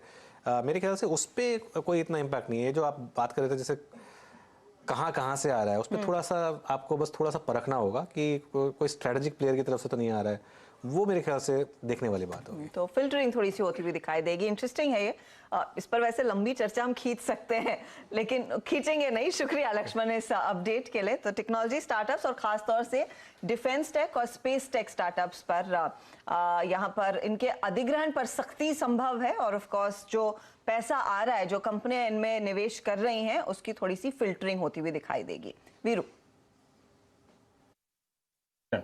जी हाँ, इस बीच हर्षदा थोड़ा सा अगर आप देखें, मैं विषय को चेंज करके एक बार ऑटो बास्केट में आना चाहूंगा। आज सुबह मारुति ने अकेले अगर आप देखें ऑटो में एक स्ट्रांग मूव दिया था, डे हाई की ट्रैजेक्टरी में गया, करीब 8840 तक का स्विंग दिया। एक स्टॉक और देखिए आप, भारत फॉर्ज, एक बार फिर से बहुत स्ट्रांगली प्लेस्ड। हालांकि मैं एक अलर्ट आपको दूंगा यहाँ पर कि जब मैं बातचीत कर रहा हूँ अभी ऑटो सेगमेंट में, टिक बाई टिक चार्ज देखिएगा, सारे आईटी स्टॉक्स डी हाई पर है। लेकिन मैं ऑप्शन कॉल लेना चाहता हूँ यहाँ पे मानस, भारत फौज की प्लेसमेंट देखिए आप, 1 नवंबर 2021 यानी ऑलमोस्ट 1 साल की जो ट्रेजेक्ट्री है उसको वॉलेट करने के लिए कितना स्ट्रांगली प्लेस लग रहा है ये स्टॉक का। मानस, आपकी अप्रोच या फिर कोई slightly out of money call जो आपको इंप्रेस कर रही है यहाँ पे भारत फौज में एट डे हाई? देखिए 60 मिनट चार्ट पे अगर आप देखेंगे तो पैटर्न बहुत क्लियर दिखेगा। एक फ्लैग पैटर्न का ब्रेकआउट देखने को मिला है। 700 रुपए से लेकर 770 तक की रैली थी, उसके बाद हमने कंसोलिडेशन देखा 2 दिन, और अब फाइनली उस कंसोलिडेशन जोन के बाहर निकला है, अपर बैंड को ब्रीच किया है। मेरा समझना है कि अब आपको कम से कम 802 और उसके ऊपर शायद 820 तक के भाव देखने को मिल जाएंगे, इसलिए ऑप्शन ट्रेड ही लेना बेहतर रहेगा। तो भारत फौज का 780 का कॉल ऑप्शन लेंगे, 27 रुपए के आसपास ट्रेड हो रहा है, वहां पर आप खरीदारी करिए। 19 रुपए का स्टॉप लॉस लगाइए और 42 रुपीज और 48 रुपीज ये टारगेट्स हो सकते हैं इस भारत फौज के 780 के कॉल ऑप्शन। चलिए, भारत फौज की 780 की कॉल सजेस्ट कर रहे हैं मानस। एक बार जरा स्टॉक्स लेकर आइए जो अब डे हाई बना रहे हैं। फिर लिस्ट को अगर आप थोड़ा सा सॉर्ट करेंगे, जो स्टॉक्स इस समय डे हाई बना रहे हैं सारे के सारे आईटी स्टॉक्स। एम्फेसिस से स्टार्ट करते हैं। एम्फेसिस अभी अभी ग्रीन में आया है। इन्फोसिस अब ग्रीन में आया है। सुबह से मतलब कोशिश तो कर रहा था ग्रीन में आने की। एक बार इंटरडे चार्ट लेकर आते हैं दोनों का, और अगर कैंडल स्टिक्स आ जाए तो सबसे बेटर है। दोनों में आप अच्छा खासा एक मूव देख रहे हैं, इन्फोसिस और एम्फेसिस दोनों में। देखिए ये इन्फोसिस अभी के अभी बस ग्रीन में आया है और एम्फेसिस भी इस समय ग्रीन में आ रहा है। परसिस्टेंट सिस्टम्स एक और स्टॉक है जहाँ पर ग्रीन में आ रहा है वो, और डे हाई पर है। टेक महिंद्रा डे हाई पर है, हालांकि अभी भी स्लाइटली इन द रेड है, लेकिन डे हाई पर तो है। कोफोज डे हाई पर है, विप्रो डे हाई पर है। तो आईटी में आज अच्छी खासी तेज़ी है। और आज टीसीएस के नंबर्स आने हैं। हर्षिता, तो क्या एक्सपेक्ट कर रहे हैं वैसे हम टीसीएस से? अब टीसीएस एक्सपेक्टेशन यही है कि इनके नंबर्स थोड़े से बेहतर ही रहेंगे। मोस्ट इंपॉर्टेंट रहेगा कि मार्जिन्स पीयर्स की तुलना में थोड़ा सा सुधार दिखाते हुए दिखाई देंगे। एक्सपेक्टेशन तो यही कि करीब 70 बेसिस पॉइंट और इजाफा मार्जिन्स में देखने को मिल सकता है, क्योंकि इन्होंने वो लार्जली जो वेज हाइक थी वो पिछले क्वार्टर में ले ली। तो जो बाकी पीयर्स लेंगे वो ये नहीं लेते हुए दिखाई देंगे। लेकिन अनुज, मोस्ट इंपॉर्टेंटली मैनेजमेंट में आपको याद होगा पिछले साल कहा था कि एक मल्टी साइकिल तेजी वाले रन में इस समय है। हाँ। जो ट्रांसफॉर्मेशनल साइकिल का फायदा उठा रहे थे, उसमें कितना अंतर आता हुआ दिखाई देता है, वो कमेंट्री ज्यादा इंपॉर्टेंट होगी। हाँ। उससे ज्यादा ये भी देखना होगा कि यूरोप के बिजनेस को कैसे मिटिगेट कर रहे हैं, क्योंकि यूरोप में अच्छा खासा एक्सपोजर इस कंपनी का भी है। वहां के रिस्क इन्होंने पिछले बारी कहा था कि हाँ है, लेकिन देखते हैं। लेकिन हम सब जानते हैं यूरोप की स्थिति कैसी हो चुकी है, तो वहां से थोड़ा सा दबाव आता हुआ दिखाई देगा। टोटल कॉन्ट्रैक्ट वैल्यू में क्या कुछ बढ़त देखने को मिली है, और वो प्राइसिंग डील्स की कितनी बेहतर होती हुई दिखाई दी है, वो इंपॉर्टेंट है। डोमेस्टिक फ्रंट में हम सब जानते हैं कि हायरिंग को लेकर पिछले बारी थोड़ी सी नरमी आई थी। इस क्वार्टर में डर यही है कि कुछ और नरमी देखने को मिलेगी, क्योंकि हम सब ने वो रिपोर्ट्स पढ़ी है कि कैसे वेरिएबल पे रोकी, कैसे कुछ कंपनियों ने दरअसल फ्रेशर्स को ऑफर देकर फिर वापस ले लिया। और तो कई कंपनियों ने बोला कि आप आकर अब ज्वाइन करिए, वर्क फ्रॉम होम। हाँ, और वर्क फ्रॉम होम और मून लाइटिंग पर भी क्या बोलते हैं, नहीं वो तो बहुत इंपॉर्टेंट रहेगा आपके बारे में। और ये देखिए, ये इसलिए हम पॉइंट आउट कर रहे हैं क्योंकि इस समय डेज हाई पर है ये स्टॉक्स। और इसमें लेकिन एक चीज का ध्यान रखिएगा, टीसीएस गाइडेंस नहीं देती है। तो टीसीएस के साथ एक ये थोड़ा सा बस आपको बॉडी लैंग्वेज से थोड़ा सा गेस करना पड़ेगा कि वो क्या कह रहे हैं। गाइडेंस ऑफ कोर्स इन्फोसिस दे रही है, लेकिन ये जो वापस निफ्टी में जो सेकंड रिकवरी आ रही है वो पूरी की पूरी आईटी की वजह से आ रही है। खासतौर से टीसीएस अच्छा खासा इस समय आपको मुंह दिखा रहा है। एक बार रिविजिट कर लेते हैं इसको। एक्चुअली राजेश जी, टीसीएस पर एक फ्रेश ब्रेकआउट है, लेकिन प्रॉब्लम ये है कि ओवरऑल ट्रेंड बेरिश है, तो कैसे अप्रोच करें? अनुज जी, देखिए मेरे हिसाब से टीसीएस का जो स्ट्रक्चर है ना, लोअर लेवल से जिस तरह से खुलने के बाद रिकवरी है उसके हिसाब से, और अगर ओवरऑल कैंडलस्टिक्स देखते हैं तो यहाँ पे क्लैरिटी मिलती है कि प्रोबेबली इसका मूव अप होगा। अभी ये बात हुई है कि इसका रिजल्ट है तो ऑब्वियसली वोलेटिलिटी होगी। तो आप इसे अप्रोच कैसे करें? मेरे हिसाब से अगर थोड़ी रिस्क लेनी है तो हम क्यों ना 3100 का कॉल ऑप्शन, 3100 का कॉल करीबन 90-95 के ट्रेजेक्टरी में मिलेगा। सो इस आसपास, इसके आसपास ये टीसीएस का 3100 का कॉल ऑप्शन आप बाय करके चले। स्टॉप लॉस रखे 60 का, लॉट साइज है इसका सिर्फ 150 का। लेकिन मेरे हिसाब से अगर हम सही ठहरे अनुचित, मेरे हिसाब से इसका कल का टारगेट कम से कम 150 रुपए होगा। तो अगर मुझे टीसीएस प्ले करना है then I would like to go with the options. So it's a buy at 3,100 call.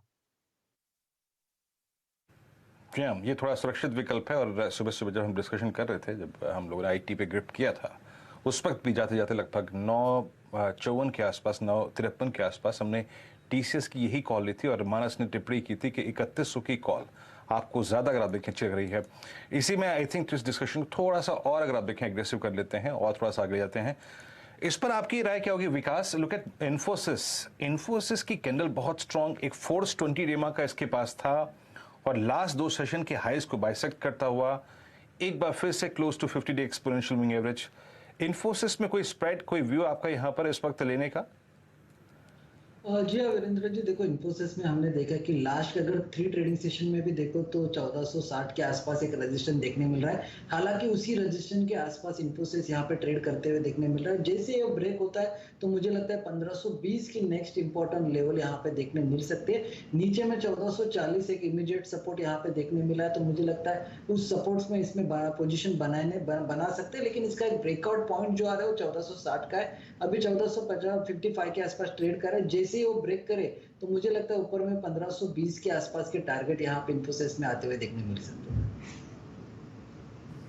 जी हाँ, सबसे अगर आप देखें अच्छा मूव देता हुआ इन्फोसिस, टीसीएस, सारे के सारे अगर आप देखें स्ट्रॉन्ग मूव देते हुए, टीसीएस अब डे हाई, क्या गजब का मूव है। आई थिंक एक चेक और ले लेते हैं बस इससे पहले कि आगे बढ़े। लुक एट टेक महिंद्रा, हालांकि अनुज ने जिक्र किया था इस स्टॉक का, लेकिन मैं मार्क कर लेता हूँ यहाँ पर Tech Mahindra at day high. अभी भी याद रखिएगा आउट ऑफ अगर आप देखें तो जितने भी दिग्गज आईटी कंपनियां हैं उसमें सबसे वीक स्ट्रक्चर यही है। कहाँ इन्फोसिस अपना 50 day exponential moving average strike कर रहा है, टेक महिंद्रा अभी भी मात्र अपने 10 डेमा पे ट्रेड कर रहा है। राजेश जी, आपने जो पहला ट्रेड ग्रिप किया था आईटी से, that's doing well, day high पर थोड़ा सा एड ऑन आप जरा टेक महिंद्रा में भी कीजिए। इस वक्त पूरा आईटी और आईटी। वीरेंद्र जी, आपने बिल्कुल सही कहा। टेक महिंद्रा अगर आप टेक्निकली देखें तो it is trading well below it's 10, 20 and 50 DMA. तो आप इसे जब तक आप पोजिशनली ये जब तक 1060 के ऊपर ट्रेड करना शुरू नहीं करता तब तक इसमें जो शॉर्ट्स है, पोजिशनल शॉर्ट्स, वो कवर नहीं होंगे। रही बात स्विंग ट्रेडिंग के हिसाब से तो देखिए 1032 के आसपास है, तो अगर आपको एक छोटा ट्रेड लेना है तो आपका 1015 का स्टॉप लॉस होगा और वही 1045 का पहला पड़ाव, 1060 का सेकंड। तो ये टेक महिंद्रा का सेटअप है। तो जो बड़ा लॉन्ग है वो 1060 के ऊपर खुलेगा। तो ये टेक महिंद्रा की तरफ इशारा तेजी की तरफ ही बन रहा है। देखिए तमाम वो टेक्नोलॉजी कंपनियां आज हरकत में है, खरीदारी में है, नतीजों से पहले तेजी की पोजीशंस बन रही है। अच्छा, कुछ और स्टॉक्स हम आपकी स्क्रीन पर लेकर आएंगे। यतिन भी जुड़ ही गए हैं, वो आपको बताएंगे क्या चल रहा है। लेकिन एक आपको याद दिला दे कि हमारे 4 जानकार आपको 4 का चौका देने वाले हैं। एक एक करके ट्रेड आएगा। 2:40 पर हम शुरू करेंगे सिलसिला। सस्ता ऑप्शन शिल्पा राव देने वाली हैं। चार्ट का चमत्कार हम लेंगे विकास सालुंखे से। वायदे का सुपरस्टार एफिनो सुपरस्टार स्टॉक का मानस जायसवाल के जिम्मे और शरद अवस्थी तैयार बैठे हैं मिड कैप फंडा लेकर। तो ये 4 ट्रेड्स आपके सामने आएंगे कुछ ही मिनटों में। 2:40 पर इस सिलसिले की शुरुआत होगी और अब जोड़ लेते हैं यतिन को, जो आपको बताएंगे कि क्या चल रहा है।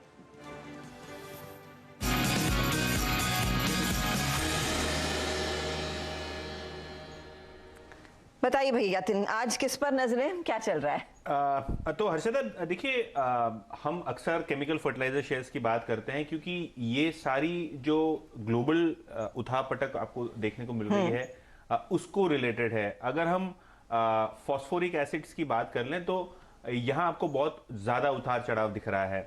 अगर हम फर्टिलाइजर पैक की बात करें तो जो नाइट्रिक एसिड से लेके फॉस्फोरिक एसिड से लेके काफी सारे रॉ मटेरियल में काफी वॉलेटिलिटी हो चुकी है, क्योंकि जिस हिसाब से डॉलर का रेट मूवमेंट चेंज हो रहा है उस हिसाब से आपको इंपोर्ट एक्सपोर्ट में जो है दामों में भारी उतार चढ़ाव आता हुआ दिखाई दे रहा है। अगर हम कोरोमंडल इंटरनेशनल और पैरादीप फॉस्फेट्स, ये 2 कंपनियों की बात करें तो यहाँ शायद इनको सितंबर क्वार्टर ऑनवर्ड्स, यानी ये अक्टूबर के पहले हफ्ते से पेन होना शुरू हो गया है। क्यों होना शुरू हो गया? क्योंकि जो फॉस्फोरिक एसिड्स के दाम थे वो इंटरनेशनल मार्केट में बढ़ने लगे हैं, क्योंकि ये दोनों कंपनियां कोरोमंडल और पैरादीप फॉस्फेट ये इंटीग्रेटेड कंपनीज हैं। अपना फॉस्फोरिक एसिड ही खुद बनाती हैं, रॉ मटेरियल खुद सोर्स करती हैं।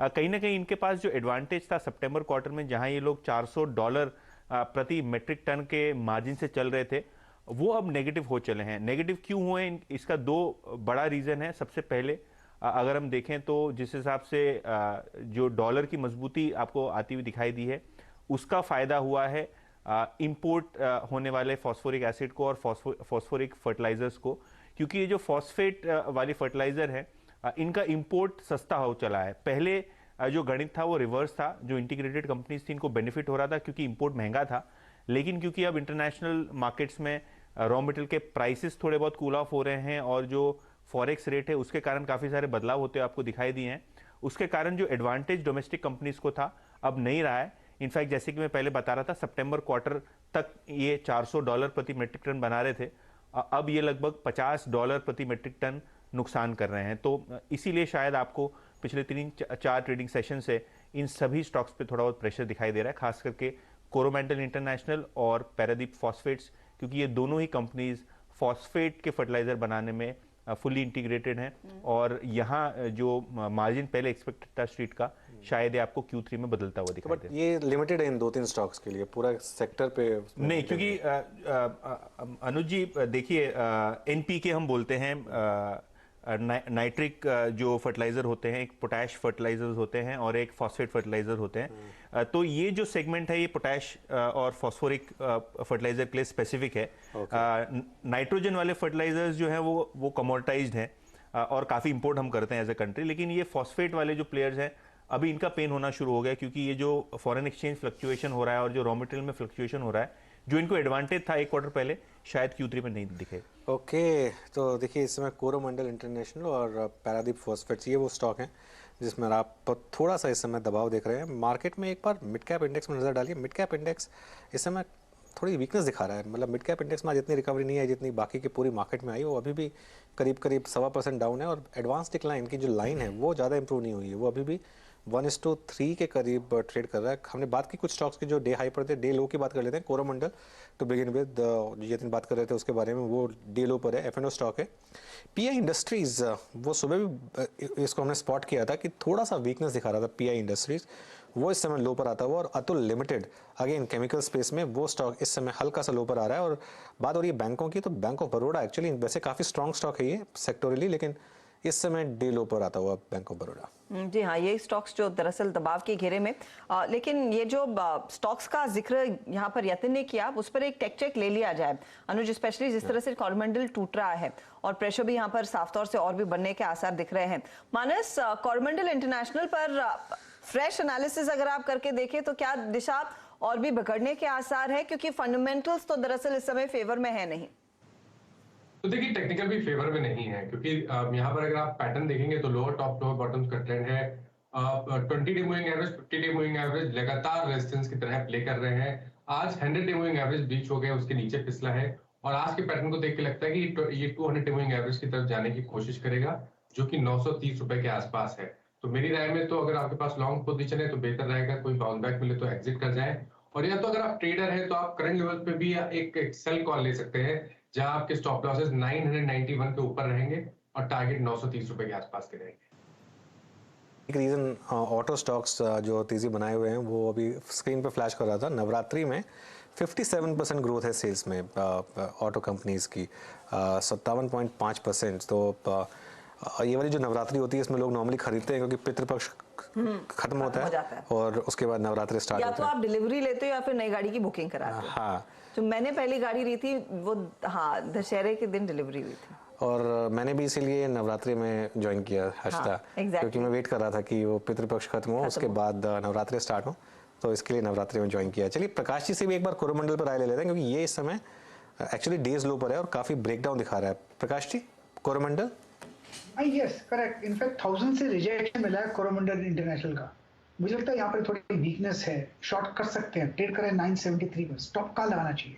स्टॉप लगाना चाहिए करीब 980-81 का, बस मुझे लगता है 970, 960, 965, 960 एक पॉसिबिलिटी है कोरोमंडल इंटरनेशनल में।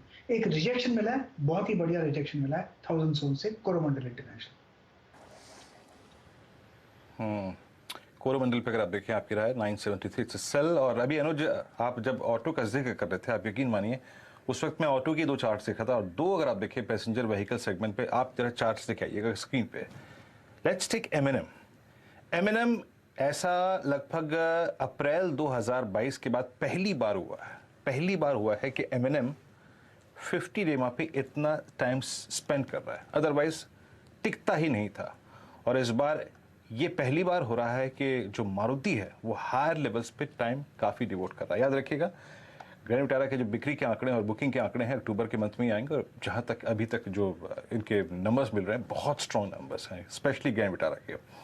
मैं मानस इसके चार्ट्स को देख रहा था और आई थिंक सुबह भी मैंने, आपको याद होगा, जो पहला स्टॉक जिक्र किया था मारुति, आई मीन 3-4 दिन से वो फीलिंग आ रही है कि आई थिंक ये लोअर एजेस पे टिक नहीं रहा है, और अब एग्जैक्टली अपने 20 डे के कर्व पे है 8851। मानस, आपकी राय क्या है मारुति पर इस वक्त? देखिए, इसमें कोई शक नहीं कि लगातार लोअर लेवल पे 100 डे मूविंग एवरेज के आसपास स्टॉक सपोर्ट ले रहा है, लेकिन पिछले 3 दिन, आज तीसरा दिन है जब 20 डे मूविंग एवरेज को स्टॉक टेस्ट कर रहा है, लेकिन उसके ऊपर सस्टेन नहीं हो पा रहा है। आज अगर ये एक बार 8875, 8880 के ऊपर निकल जाएगा, तब आप बिल्कुल एक ट्रेड ले सकते हैं जहां आपके टारगेट 9200 के आसपास के रहेंगे। फिलहाल के लिए इंतजार करिए, पैटर्न पॉजिटिव है, लेकिन 8880 के लेवल्स को ब्रीच होने का इंतजार करिए, उसके ऊपर खरीदारी करेंगे 8790 के स्टॉप लॉस से, और फिर आप टारगेट बड़े सेट करिए 92 रुपए से के 9200 के 100 के टारगेट के लिए मारुति में तेजी पकड़ लीजिए, अच्छी खासी खरीदारी बनती दिखाई दे रही है। इनफैक्ट मारुति के साथ साथ इस घंटे अगर आप गौर करेंगे तो निफ्टी का टॉप बेस्ट सेकंड जो ट्रेड है वो बजाज ऑटो साबित हो रहा है, वहां पर भी एक बहुत तगड़ी रिकवरी देखने को मिल रही है। इस घंटे 1% ऊपर आना शुरू किया 3614 के लेवल्स पर, ये देखिए पॉजिटिव टेरिटरी में आ चुका है ये स्टॉक भी। चलिए, लेकिन बारी है 4 का चौका की। हमारे जानकारों ने आपके लिए क्या कुछ शॉर्टलिस्ट किया है वो अब आपकी स्क्रीन पर। शुरुआत होगी शिल्पा राउत के साथ जो आपको बताएंगी सस्ता ऑप्शन।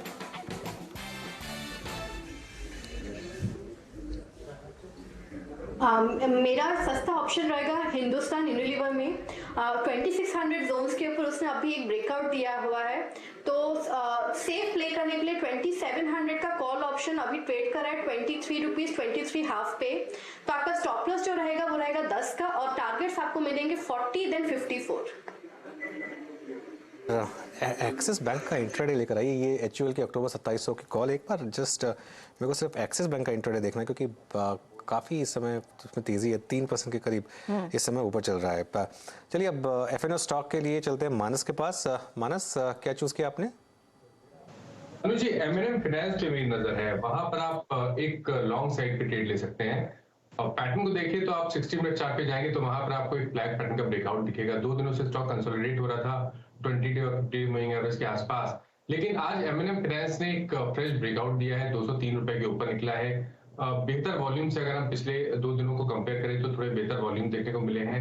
मेरा समझना है कि अब आपको 212 रुपए तक के भाव देखने को मिलेंगे, तो M&M फाइनेंस पर खरीदारी करने की राय रहेगी। 200 रुपए का स्टॉप लॉस लगाए, 212 के टारगेट सेट करें, और यहाँ पर 205 का कॉल ऑप्शन भी ले सकते हैं। 7 रुपए के आसपास ट्रेड हो रहा है, वहां पर खरीदारी करिए। 4 रुपए का स्टॉप लॉस लगाइए, और ऊपर की तरफ 13 से 14 रुपए तक के टारगेट्स आपको यहाँ इस ऑप्शन में भी देखने को मिल सकते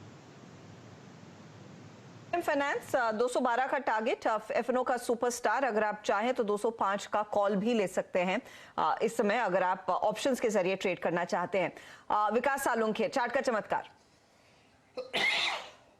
देखो, मुझे लगता है कि एलटीआई यहाँ पे एक चार्ट के चमत्कार के लिए एक बहुत स्ट्रॉन्ग चार्ट यहाँ पे देखने मिल रहा है। जो अगस्त के हाई थे वहां से जो डाउनवर्ड ट्रेंड लाइन था, वहां पे एक ब्रेकआउट इस काउंटर में देखने मिला है। वो 4684 के ऊपर का एक ब्रेकआउट था, अभी फिलहाल उसके ऊपर ट्रेड कर रहा है। तो ऊपर में मुझे लग रहा है रिसेंट जो हाई बनाया था 4850 के आसपास का, वहां के टारगेट यहाँ पे आते हुए देखने मिल सकते हैं। नीचे में हमने देखा है कि एक सपोर्ट देखने मिला है 4600 के आसपास का, तो और ऊपर से मोमेंटम इंडिकेटर जो है आरएसआई यहाँ पे क्रॉस ओवर भी दिखा रहा है। तो मुझे लगता है 1 से 2 दिन के पॉइंट ऑफ व्यू से यहाँ पे एक अच्छा मोमेंटम कैरी होते देखने मिलेगा। तो 4850 के टारगेट के लिए यहाँ पे एलटीआई बाय करके जाना चाहिए।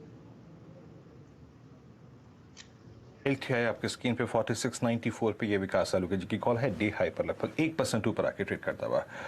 शरद जी, अब आपको मिड कैप फंडा पिक करना है, बताइए क्या पिक कर रहे हैं आप आईटी के इस शोरगुल में? आईटी और ऑटो दो बढ़िया करते हुए।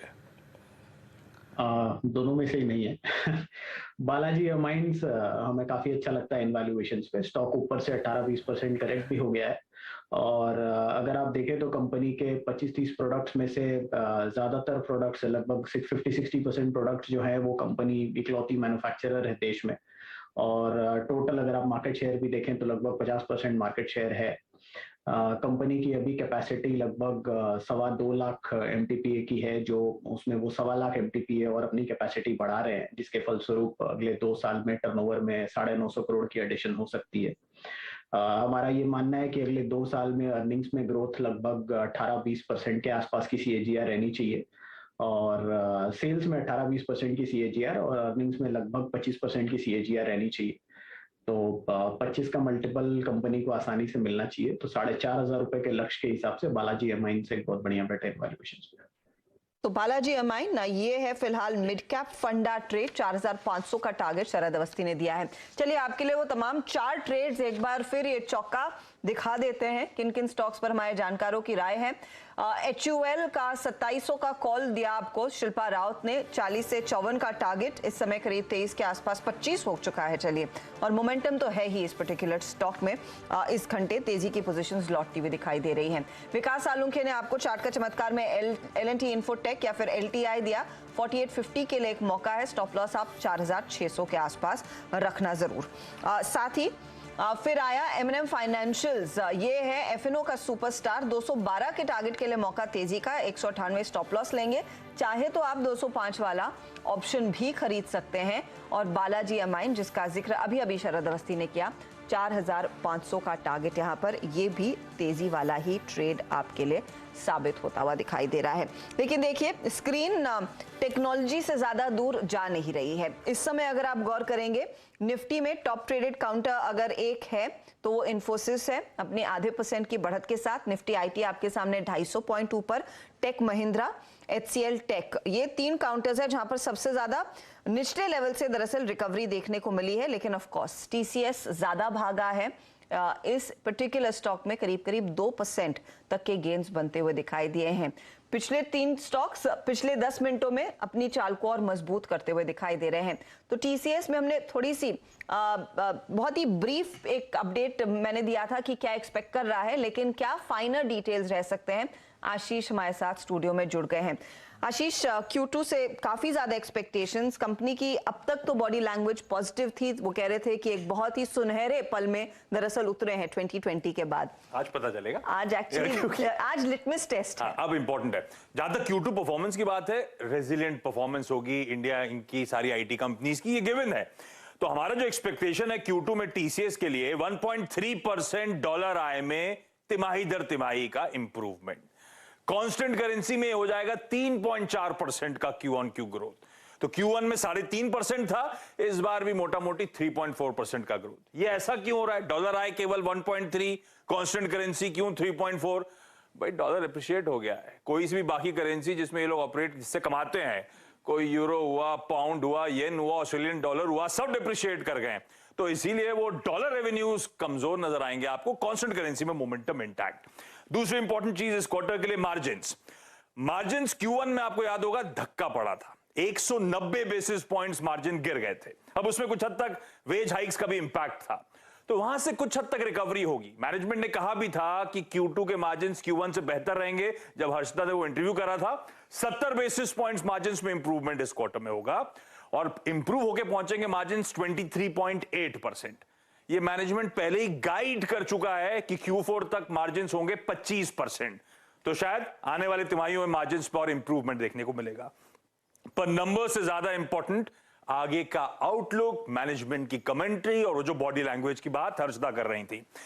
अब डिमांड कमेंट्री कैसी रहती है, हायरिंग ट्रेंड्स क्या होते हैं और साथ साथ डील विंस को लेकर क्या अपडेट्स हैं, ये इंपॉर्टेंट होने वाला है। ध्यान रखिएगा, अब तक सारी ग्लोबल कंपनीज ना के कंसर्न्स हाईलाइट करे हैं, लेकिन किसी ने अपने बजट्स कट नहीं करे, इसलिए इनको कोई असर नहीं हुआ है। पर क्या 2023 कैलेंडर ईयर के लिए भी स्थिति ऐसे ही है क्या? वो कमेंट्री इंपॉर्टेंट होगी। क्या रैंप अप्स में अब देरी हो रही है, क्लाइंट इंटरेक्शंस में समय लग रहा है, वो सब इंपॉर्टेंट चीजें होंगी जो स्ट्रीट गॉज करना चाहेगी। एक बात और बताता हूं, Q1 में 2 इंपॉर्टेंट चीजें थी जो दिक्कत में आ गई थी। डील विंस केवल 1% Q-on-Q बढ़ा था, ऑलमोस्ट फ्लैटिश था, $8.2 बिलियन। अच्छे रैंप अप, अच्छी डील विंस के बाद ठंडा पड़ा था। और दूसरा, जो कर्मचारी ऐड करते हैं ना हर क्वार्टर में, नेट एडिशन थे 14,100 के आसपास, और पिछले 3-4 क्वार्टर्स का रन रेट हुआ करता था 25,000 का। तो एक और थमने के, गिरावट के, स्लोडाउन के इंडिकेशन स्ट्रीट भाप रहा था। तो अब ये दोनों पैरामीटर्स बड़े इंपॉर्टेंट, और खास तौर पे वो कमेंट्री आगे को लेकर और 2023 की बजट साइकिल को लेकर, वो ज्यादा इंपॉर्टेंट होगी, ना कि ये numbers. Okay Ashish, thank you, बहुत विस्तार से बताया आपने। और टीसीएस इस समय डे हाई पर, एग्जैक्टली डे हाई पर, और बैंक निफ्टी में वापस एक रिकवरी आ रही है। एक बार जरा डॉलर रुपी का इंट्राडे चार्ट लेकर आई। सबसे पहले रिकवरी यहीं से स्टार्ट हुई थी, और अब डॉलर रुपी एक्चुअली ग्रीन में है। ये देखिए डॉलर रुपी, देखिए मतलब हम इसको उल्टा देखते हैं क्योंकि डॉलर का रेट है रुपी के मुकाबले, इसके लिए। लेकिन जब भी ये दिखाए तो ऑलमोस्ट एक हो गया था, ये 82.31 तक चला गया था अभी, तो 82.31 पे टेक्निकली ग्रीन में आ गया था। तो बड़ा मूव इस समय डॉलर रुपी में, उसका शायद एक फैक्टर है कि मार्केट में भी रिकवरी आई है। हमारे साथ अब एलेक्सर इक्विटीज़ के डायरेक्टर हैं दीपन मेहता, जो जुड़ रहे हैं हमारे साथ। दीपन, गुड आफ्टरनून। आपसे पहली बार मेरी CNBC आवाज़ पर बात हो रही है, तो पहले तो अपना समय देने के लिए शुक्रिया, और बताइए इस समय TCS को लेकर क्या व्यू रखेंगे? या गुड आफ्टरनून अनुज, एंड बहुत बहुत बधाई आपके नए रोल में विद CNBC आवाज। Another new innings for you, and always a great pleasure and privilege to be on your show. So of course TCS आज सबसे important stock रहेगा, और हाल ही इवनिंग में we'll get the results of TCS. मेरे ख्याल से results will be more or less in line, क्योंकि management की जो कमेंट्री थी after the first quarter result, that was quite decent. और अगर आप एक्सेंचर के नंबर भी देखेंगे, so they were also pretty much in line with street expectations. जो सबसे इंपॉर्टेंट फिगर है that will be the billing, और other I would say the new billing which they can do, और the order wins which they have done. I think ये सबसे important figure रहेगा TCS में। But on the whole I think tech companies के नतीजे ठीक आने चाहिए। मोस्ट इम्पॉर्टेंट इज आगे जाके उनकी कैसे डिमांड सिनेरियो क्या है। I think we must focus more on that rather than what has already gone through. और रुपी डेप्रिसिएशन की वजह से डेफिनेटली थोड़ा लॉन्गर टर्म में, I would say after 2-3 quarters down the line, some benefit will definitely come to the operating profit margins. और ये second quarter है, तो इसकी वजह से आई थिंक थोड़ा ऑपरेटिंग लेवरेज भी बेनिफिट करेगा मार्जिन्स के लिए। So let's keep our fingers crossed and hope that TCS comes with a very good set of numbers. सब यही चाहते हैं TCS बेहद शानदार नंबर्स के साथ आए। आई मीन दीपन जी का अनुमान आपने TCS पे और व्यू सुना अभी TCS पे। दीपन जी, लेकिन अगर ब्रॉडर मार्केट्स के बारे में बात करें, आई मीन जून मिड से जुलाई से लेके जो अब तक की रिकवरी थी, जो हमें इस लेवल तक लेके आई, उसमें वर्ल्ड मार्केट से अगर आप देखें, जो हमारा डाइवर्जेंस था उसको स्पॉन्सर किया था क्रूड ने, क्रूड के रिट्रेसमेंट ने, क्रूड 86 की ट्रेजेक्टरी तक गया, उसको स्पॉन्सर किया था समहाउ। आई मीन 79-80 की ट्रेजेक्टरी में जो रुपया मनूवर कर रहा था उसने। सडनली ये दो वेरिएबल्स भी आपके हक में नहीं है। I mean crude at 97 and rupee at 82-30 trajectory. क्या थोड़ा सा प्रेशर पॉइंट मार्केट्स के लिए अक्टूबर सीरीज के लिए थोड़ा सा बढ़ गया है? आपका व्यू क्या है? Yes, of course. This was the way the rupee has corrected. ये बिल्कुल अनएक्सपेक्टेड था। देखिए जो क्रूड ऑयल प्राइसेस है, we have seen $100, we have seen $80 also, and more or less जो अपनी इकोनॉमी है, जो प्राइसिंग सिचुएशन है, that is factoring in around about $90 to $100 of crude. तो वो इतनी ज़्यादा आश्चर्यजनक नहीं है। बट ये जो रुपये की गिरावट आई है, एंड यू मे से कि रुपये की गिरावट is much less than some of the other currencies, पर फिर भी एक सेंटिमेंट पर असर पड़ता है। And we are a import dependent industry, तो जो इन्फ्लेशन की जो प्रॉब्लम्स है वो उसके कारण बढ़ जाती है। And we were just about getting to a situation जहाँ पर इन्फ्लेशन के कारण जो ऑपरेटिंग प्रॉफिट मार्जिन्स पे दबाव आ रहा था, that was just about easing in the second quarter onwards. और ये जो इफेक्ट आ गया रुपये का, that again will may be generate some additional cost pressures for companies. So yes, it is not a good development, but अपनी economy जो है, corporate earnings, I think they are pretty much strong. और ये जो festive season आएगी, I think it will be one of the best that this country has ever seen. And hopefully I think volumes की वजह से, demand की वजह से, companies will be able to manage their margin, operating profit margin despite rupee depreciation.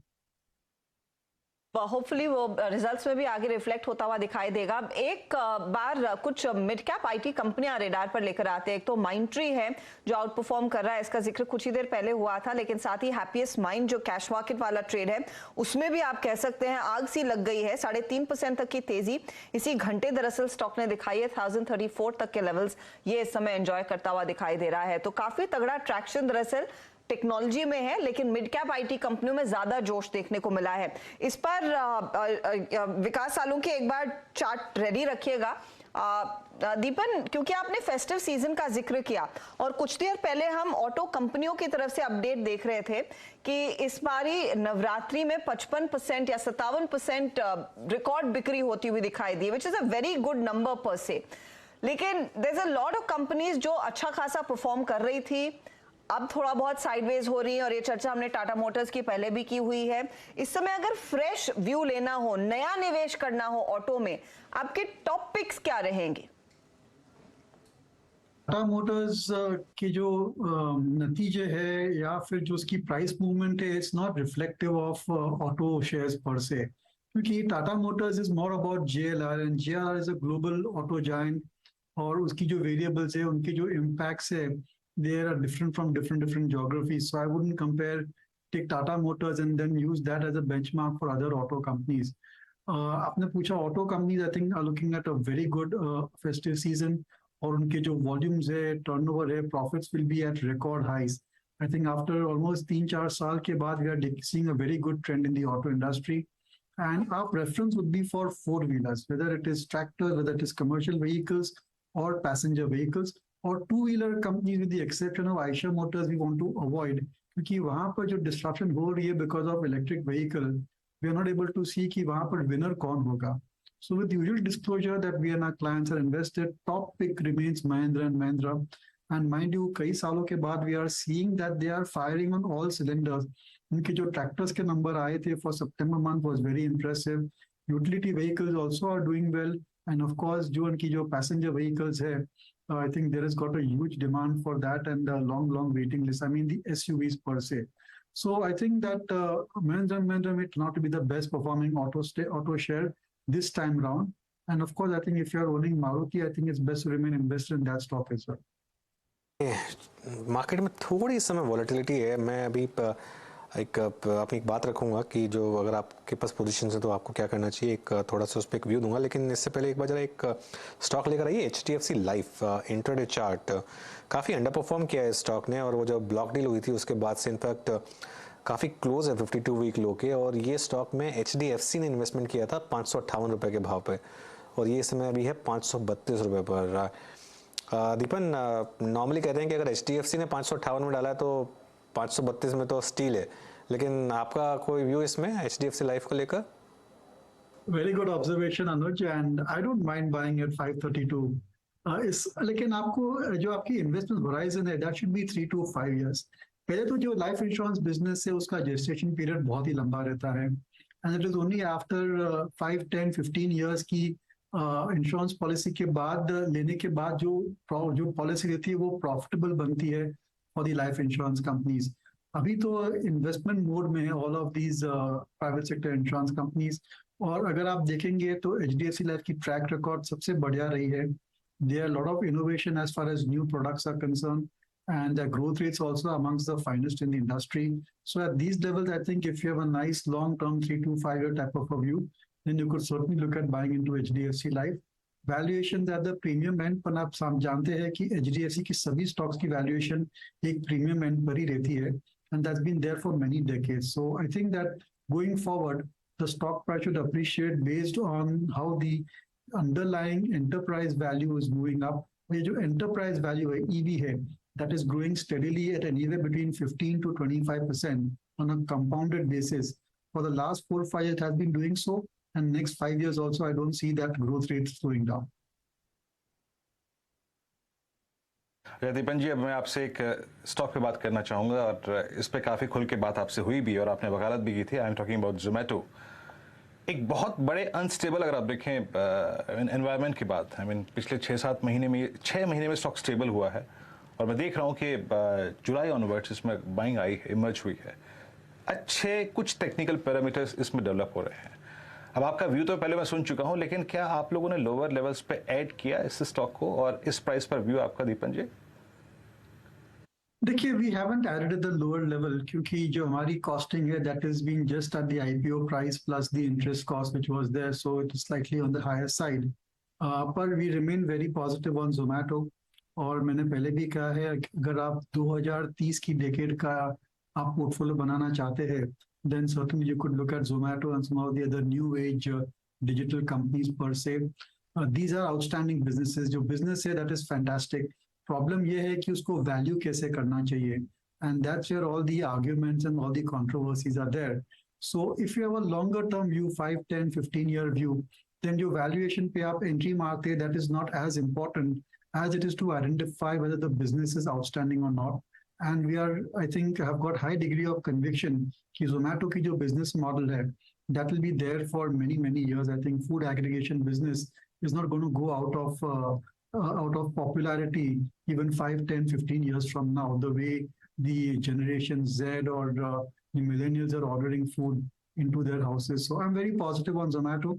और अगर ये company जो core food aggregation business में EBITDA level पर positive आ जाती है, that can be a huge trigger. And many of the non-believers in Zomato also may start to believe in the story of Zomato. Fair enough. तो ये है फिलहाल आप कह रहे हैं जोमेटो पर राय, लेकिन दीपन ये डिफेंस कंपनियों पर आपकी नजर गई है क्या? क्योंकि जब पिछले बारी आपसे बात करे थे तब से लेकर अब तक गार्डन रीच हो, कोची शिपयार्ड, मझगांव डॉक, सब में बहुत तगड़े रन्स देखने को मिले हैं और हर रोज दरअसल ये कंपनियां न्यू हाइस पर ट्रेड करती हुई दिखाई दे रही हैं। अब मिसाल के तौर पर आप देखिएगा, Mazagon is nearly 150% up this year, 100% के रिटर्न्स आई थिंक आपका कोची दे चुका है या गार्डन रीच दे चुका है। कोची भी 60-65% तक के returns year to date, January to now. क्या अभी भी मौका है इन स्टॉक्स में पोजीशन लेने का? देखिए, I think the defence story एक काफी वेल डिस्कवर्ड स्टोरी हो चुकी है, and many investors, brokerages also have started covering it and recommending to their clients, and many HNIs and mutual funds have also started investing in it. तो ये काफी हद तक well discovered story है, and rightly so. I think in जो times चल रहे हैं, the volatility which is there, the uncertainty which is there, अगर आपको एक defensive strategy follow करनी है तो you should certainly look at defense stocks क्योंकि earnings visibility बहुत strong है, and they were trading at very low price to earnings multiple, और वहाँ पर भी हम re-rating देख रहे हैं। But I think more or less काफी हद तक I would say the positives have got captured in. So अब मैं नए निवेश करने की सलाह नहीं दूंगा, but existing investors I think they can continue to sit on profits. These stocks can still do well from these levels also, but it's just that from a margin of safety perspective, अगर 5, 10, 15% का correction आ जाता है इन companies में, that may be a slightly better entry point. Okay तो शायद dips पर ज्यादा बेहतर होगा इन स्टॉक्स में पोजीशन लेना इस समय नहीं, लेकिन हाँ वन वे गेन्स देखने को मिले इन काउंटर्स में, और अगर आपके पास है तो शायद होल्ड ही करने चाहिए। बहुत बहुत शुक्रिया दीपन हमारे लिए समय निकालने के लिए, always a pleasure speaking to you. चलिए मार्केट पर वापस लौटते हैं और कुछ स्टॉक्स जहां पर आप देखिएगा बहुत तगड़ी तेजी देखने को मिल रही है। अभी भी फ्लेवर दरअसल एक तो एक्सिस बैंक के फेवर में बना हुआ है, वो स्टॉक टॉप ट्रेडेड काउंटर है 2.5% की तेजी पर, और मिड कैप आईटी में भी अच्छा खासा जोर देखने को मिला है। शिल्पा वेरी क्विकली एक बार एक्सिस बैंक पर फ्रेश कॉल देना चाहेंगे आप? 775 के लेवल्स पर इस समय डे हाई पर ही खड़ा है काउंटर। जी बिल्कुल, एक्सिस बैंक एक्चुअली 770 के ऊपर एक ब्रेकआउट अटेम्प्ट किया है एंड इट इज होल्डिंग, तो मेरे हिसाब से यहाँ पे बाय बनता है for targets of 792 to 805। Stop loss जो आपको मेंटेन करना पड़ेगा वो है 762 का। 762 का स्टॉप लॉस। टॉप गेनर इस समय एक्सिस बैंक बना हुआ है। अब यतिन के पास चलते हैं, डीलिंग रूम से क्या फीडबैक मिल रहा है उन्हें, यतिन बताइए। तो टीसीएस के रिजल्ट्स के पहले आईटी स्टॉक्स में भारी हलचल है, और अगर हम आज के डीलिंग रूम के एक्शन की बात करें तो इन्फोसिस ये एक प्रेफर्ड लॉन्ग जो है डीलिंग रूम्स ले रहे हैं। इनफैक्ट अगर स्पेसिफिकली हम देखें वायदे बाजार में तो इन्फोसिस ही ऐसा एक आईटी स्टॉक है जिसका ओपन इंटरेस्ट डबल डिजिट में आज बढ़ता हुआ दिखाई दिया है। इनफैक्ट 9 से 10% का आपको ओपन इंटरेस्ट में एडिशन दिखेगा इन्फोसिस के, और काफी सारे ट्रेडर्स यहाँ बीटीएसटी की सलाह अपने क्लाइंट्स को दे रहे हैं क्योंकि उनको लगता है कि शायद 30 से 35 रुपए इजीली इन्फोसिस जैसे स्टॉक में आपके बन सकते हैं, प्रोवाइडेड टीसीएस के नंबर्स थोड़े स्टेबल आए। कहीं ना कहीं डीलिंग को लगता है कि ऑप्शंस के जरिए भी आप थोड़ा बहुत कम रिस्क लेके आईटी स्टॉक्स में जो है ट्रेड ले सकते हैं, खास करके इन्फोसिस में। तो यहाँ खरीदारी की सलाह अपने क्लाइंट्स को देने। इसके अलावा फाइनेंशियल्स की आज स्ट्रेंथ काफी जबरदस्त है, आउट परफॉर्मेंस दिख रहा है। अगर हम एक काउंटर की बात करें IDFC लिमिटेड, यहाँ आपको दिखेगा कि काफी अच्छा ओपन इंटरेस्ट एडिशन हुआ है। इनफैक्ट 27 लाख शेयर्स ऐड हुए हैं और पोजिशनली डीलिंग को लगता है कि यहाँ 77 से लेके 78 यानी 78 तक के टारगेट्स देखने को मिल सकते हैं positionally. Obviously IDFC first bank और IDFC की बात करें तो ये दोनों फाइनेंशियल स्टॉक्स नए नए 52 वीक हाई आपको छूते हुए दिखाई दे रहे हैं। तो कहीं ना कहीं मोमेंटम के लिए यहाँ डीलिंग खरीदारी की सलाह अपने क्लाइंट्स को दे रहे हैं। कुछ स्टॉक्स जो दरअसल डीलर्स में सबसे ज्यादा चर्चा में है, इन्फोसिस अनडाउटेडली और IDFC में भी काफी ज्यादा हरकत देखने को इस समय मिलती हुई दिखाई दे रही है। शुक्रिया यातिन इस अपडेट के लिए। अच्छा विकास सालुंके, एक बार ध्यान देंगे हैप्पीएस्ट माइंड, ये जो ट्रेड बढ़ा पिछले कुछ मिनटों में, क्या कुछ पोजीशन अच्छा विकास है नहीं। राजेश सातपुते, आप क्या देख पाएंगे हैप्पीएस्ट माइंड के स्टॉक को 2.25% ऊपर अब? चलो जी, देखिए यहाँ पे जिस तरह से हैप्पीएस्ट माइंड ने अपने 1060 से 1080 में बनेगा, तो अगर किसी ने हमारे कहने पे या बात होने के बाद पोजीशन रखी है तो उन्हें होल्ड करना चाहिए। उनका जो स्टॉप लॉस होगा वो रहेगा 1010 का। काउंटर अच्छा लग रहा है चार्ट।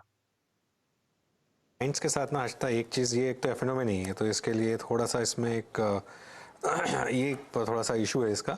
और इसका अगर आप शेयर प्राइस हिस्ट्री देखेंगे तो अभी रिसेंटली लिस्ट हुआ था, अशोक सूटा जी की कंपनी है सीरियल एंटरप्रेन्योर माइंडट्री।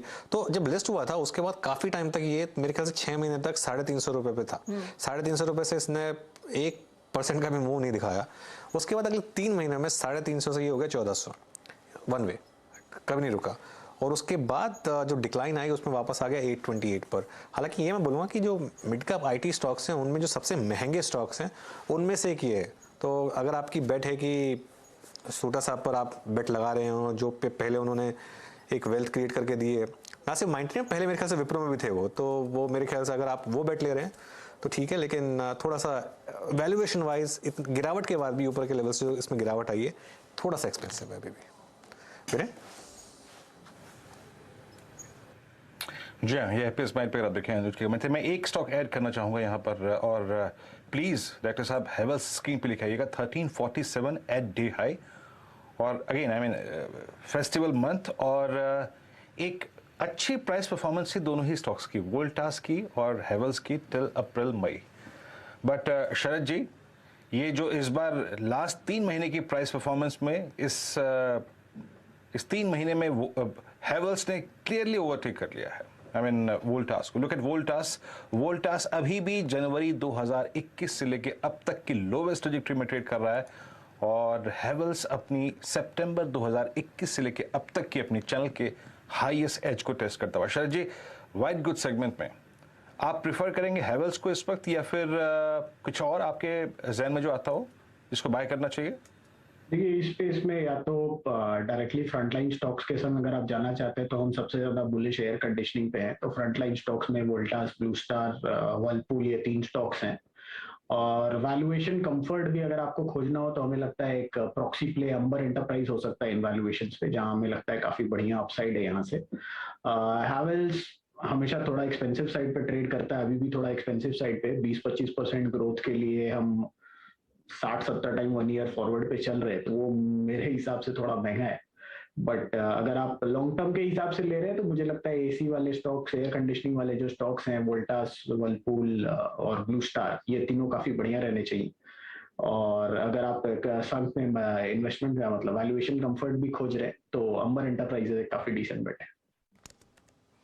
तो ब्लू स्टार में शायद एक अपॉर्चुनिटी इस समय साफ दिखाई दे रही है। चलिए इंडेक्स आपकी स्क्रीन पर एक बार फिर रखते हैं। बाजार में हो क्या रहा है? एक तो निफ्टी बैंक में एक बहुत तगड़ी रिकवरी देखने को मिली है, बीच में झूला जरूर था, 150 पॉइंट की गिरावट देखने को मिली थी, लेकिन इस समय आप ताजा तस्वीर देखिए निफ्टी बैंक की 39,119 के लेवल्स पर आती हुई। अभी भी हम 39,300 से दूर है, 200 पॉइंट की दूरी लेकिन रह गई है, लेकिन एक बहुत शार्प रिकवरी देखने को मिल रही है। 64 अंकों की ही गिरावट अब रह गई है स्क्रीन पर। दूसरी तरफ निफ्टी की भी यही चाल देखी जा रही है। निफ्टी भी आप गौर करिएगा, निफ्टी का आज डे हाई 17,280 था, वहां से सिर्फ 30 अंकों की ही दूरी, तो तो क्लियर साइंस है कि ये मार्केट डे हाई की तरफ ही आज बाजार छोड़ने की तैयारी कर रहा है। मिड कैप इंडेक्स को लेकर थोड़ा सा प्रेशर कायम था, वो अभी भी है, लेकिन 400 पॉइंट की गिरावट के सामने सब 300 पॉइंट की गिरावट रिकवरी की तरफ ही इशारा कर रही है। एक बहुत स्मार्ट मूव दरअसल इस समय, स्पेशली आखिरी 15 मिनटों में अनुज आता हुआ। बिल्कुल। तो देखिए, इसमें एक चीज जो इस समय आपको करनी है वो अब आपको ये करना है कि अब 3:15 बज गए हैं, तो अब करना क्या है, 15 मिनट बचे हैं आपको।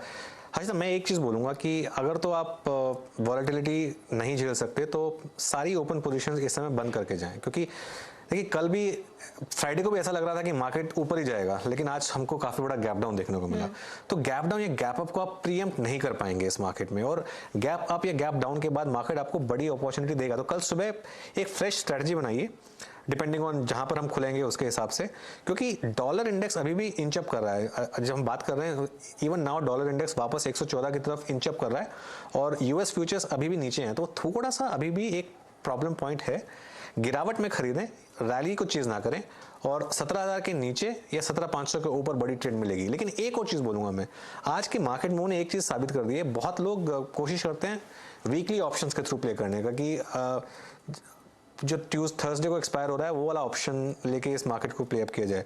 इस मार्केट ने आपको एक चीज तो दिखा दी है कि मार्केट का ट्रेंड अपसाइड पर है, हर लोअर लेवल से अच्छी खासी तेजी आ रही है। तो अगर आप कोई पोजीशन, अगर आप अग्रेसिव ट्रेडर हैं और कोई पोजीशन आप फिर भी लेना चाहते हैं, तो मेरे ख्याल से हर्षदा बैंक निफ्टी का monthly option, monthly call option अगर आप लेंगे तो उसमें एक एडवांटेज ये होगा कि एक तो अगर बहुत बड़ा गैप डाउन भी हुआ तो भी इतना ज़्यादा उसका प्राइस नहीं गिरेगा, और दूसरा अगर ये मोमेंटम स्ट्रांग रहा तो मंथली ऑप्शन में आपको एक अच्छा मूव मिलेगा। और एक चीज़ जो क्लियर हो गई है कि हर लोअर लेवल पे बाइंग आ रही है। आज देखिए 700 पॉइंट की इंट्राडे रिकवरी देखी आपने बैंक निफ्टी में। तो अगर आप अभी मान लो मंथली ऑप्शन ले लेते हैं, कल मार्केट वापस गैप डाउन खुलता है, तो उसमें अगर आप एवरेज करेंगे तो एक अच्छा खासा आपको उम्मीद है कि शायद आपके फेवर में आएगी ये ट्रेड। तो वीकली के बजाय मंथली ऑप्शन में शिफ्ट हो जाइए इस समय, क्योंकि ट्रैक्शन इस समय जो है वो बैंक निफ्टी पर ही है और उसी को आपको प्ले अप करना है। प्रकाश गाबा जी भी हैं हमारे साथ। प्रकाश जी, कोई क्लोजिंग स्ट्रैटेजी आपकी? बिल्कुल, मुझे माइंट्री अच्छा लगता है। माइंट्री का जो चार्ट है उसके हिसाब से लगता है एक अपमूव मिलना चाहिए। क्लोजिंग स्ट्रेटेजी के हिसाब से आप ट्रेड कर रहा है 3347 पर, शायद 3400, 3420 ये एक जोन है, वहां तक जा सकता है। आईटी पर ध्यान देना चाहिए, और माइंट्री स्पेसिफिकली स्टॉप होगा 3300 का माइंट्री में एक अपॉर्चुनिटी अच्छी खासी तेजी की लेकर चले, 3300 का स्टॉप लॉस लगाना है। राजेश सातपुते, आपका ट्रेड? प्रशांत जी देखिए, मुझे लगता है कि आईटी पे बहुत सारी बातें हुई, लेकिन अगर कुछ आईटी के बाद कुछ छाटे के लिए सबसे बढ़िया है वो है एक्सिस बैंक। तो इसी पे बीटी एस्टिमेट करूंगा, 777 के आसपास का इसका प्राइस दिख रहा है। ओपन इंटरेस्ट में भी गेन है, तो यस 770 के स्टॉप लॉस के साथ एक्सिस बैंक लॉन्ग करेंगे। 795 800 मुझे लगता है कल का टारगेट होना चाहिए। जेम एक्सिस बैंक 777 पे कर देखिए आप बाय करते हुए। मानस, आप क्या कैरी करेंगे कल के लिए? देखिए, गैस अथॉरिटी पे मेरा ध्यान है, गेल में खरीदारी करके जाना चाहिए। 20 डे मूविंग एवरेज ब्रीच हुआ है, एक प्राइस ब्रेकआउट 88 रुपीज के ऊपर देखने को मिला है, तो 88 रुपए का 88 रुपीज से स्टॉप लॉस से खरीदारी करेंगे 92 के टारगेट के लिए। बीटीएस कॉल करें। शिल्पा जी, आपकी लास्ट कॉल आज के लिए? आईटी में तो सबने बात कर लिया है, तो मुझे लगता है नेक्स्ट सेक्टर जो बहुत अच्छा मोमेंटम में है वो है मेटल्स। तो मेरे हिसाब से एनएमडीसी मैं कैरी करना चाहूंगी। उसने एक ब्रेकआउट अटेम्प्ट किया अबव 136 नाउ, तो 140 का कॉल ऑप्शन 3 रुपए 10 पैसे में चल रहा है, तो वो मेरा रहेगा बीटीएसटी ट्रेड। मुझे लगता है यहाँ पे टारगेट्स जो आपको मिल जाएंगे कल 3.8 से लेके 4.2 तक के, और आपका स्टॉप लॉस रहेगा 2.5।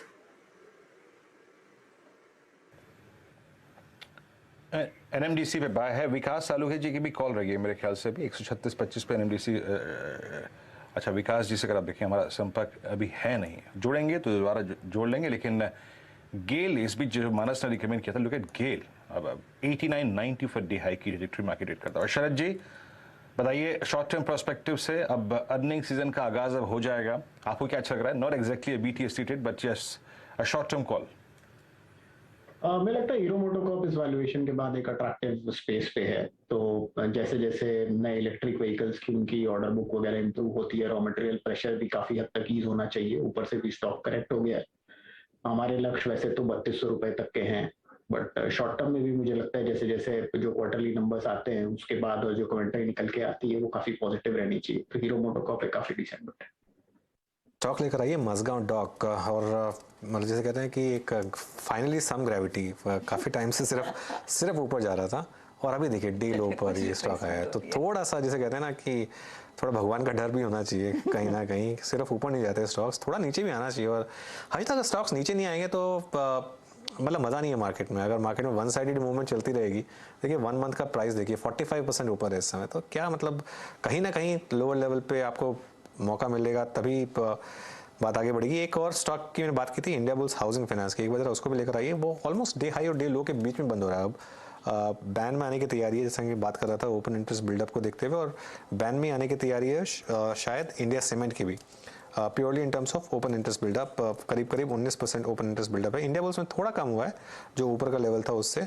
सबसे ज़्यादा ओपन इंटरेस्ट बिल्डअप लेकिन है टाटा मोटर्स और हीरो मोटोकॉर्प में, और दोनों में आज आपने अच्छी खासी पिटाई देखी है। मेरे ख्याल से ये शायद एक शायद मैं गलत हूँ हर्षदा, लेकिन ये एक शायद प्राइसिंग कर रहा है कि जो ऑटोज़ में आपने बड़ी तेज़ी देखी थी शायद वो अब कहीं ना कहीं जाकर एक उस पर विराम लगने की कोशिश हो रही है।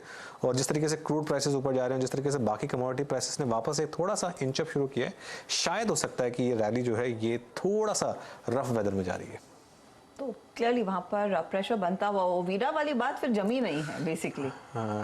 स्टॉक का बिल्कुल चला नहीं हीरो मोटोकॉर्प का। एक बात मैं बोलूँगा जो 2 व्हीलर्स को लेकर और जो ईवी को लेकर कि इसमें पोटेंशियल बहुत है। और एक बात आप मान के चलिए, हीरो मोटोकॉर्प और बजाज ऑटो ये वो प्लेयर्स नहीं है जो नए प्लेयर्स हैं उनको बोलेंगे कि चलिए ठीक है आप आइए पूरा मार्केट ले जाइए हमारा और हम बैठे रहेंगे।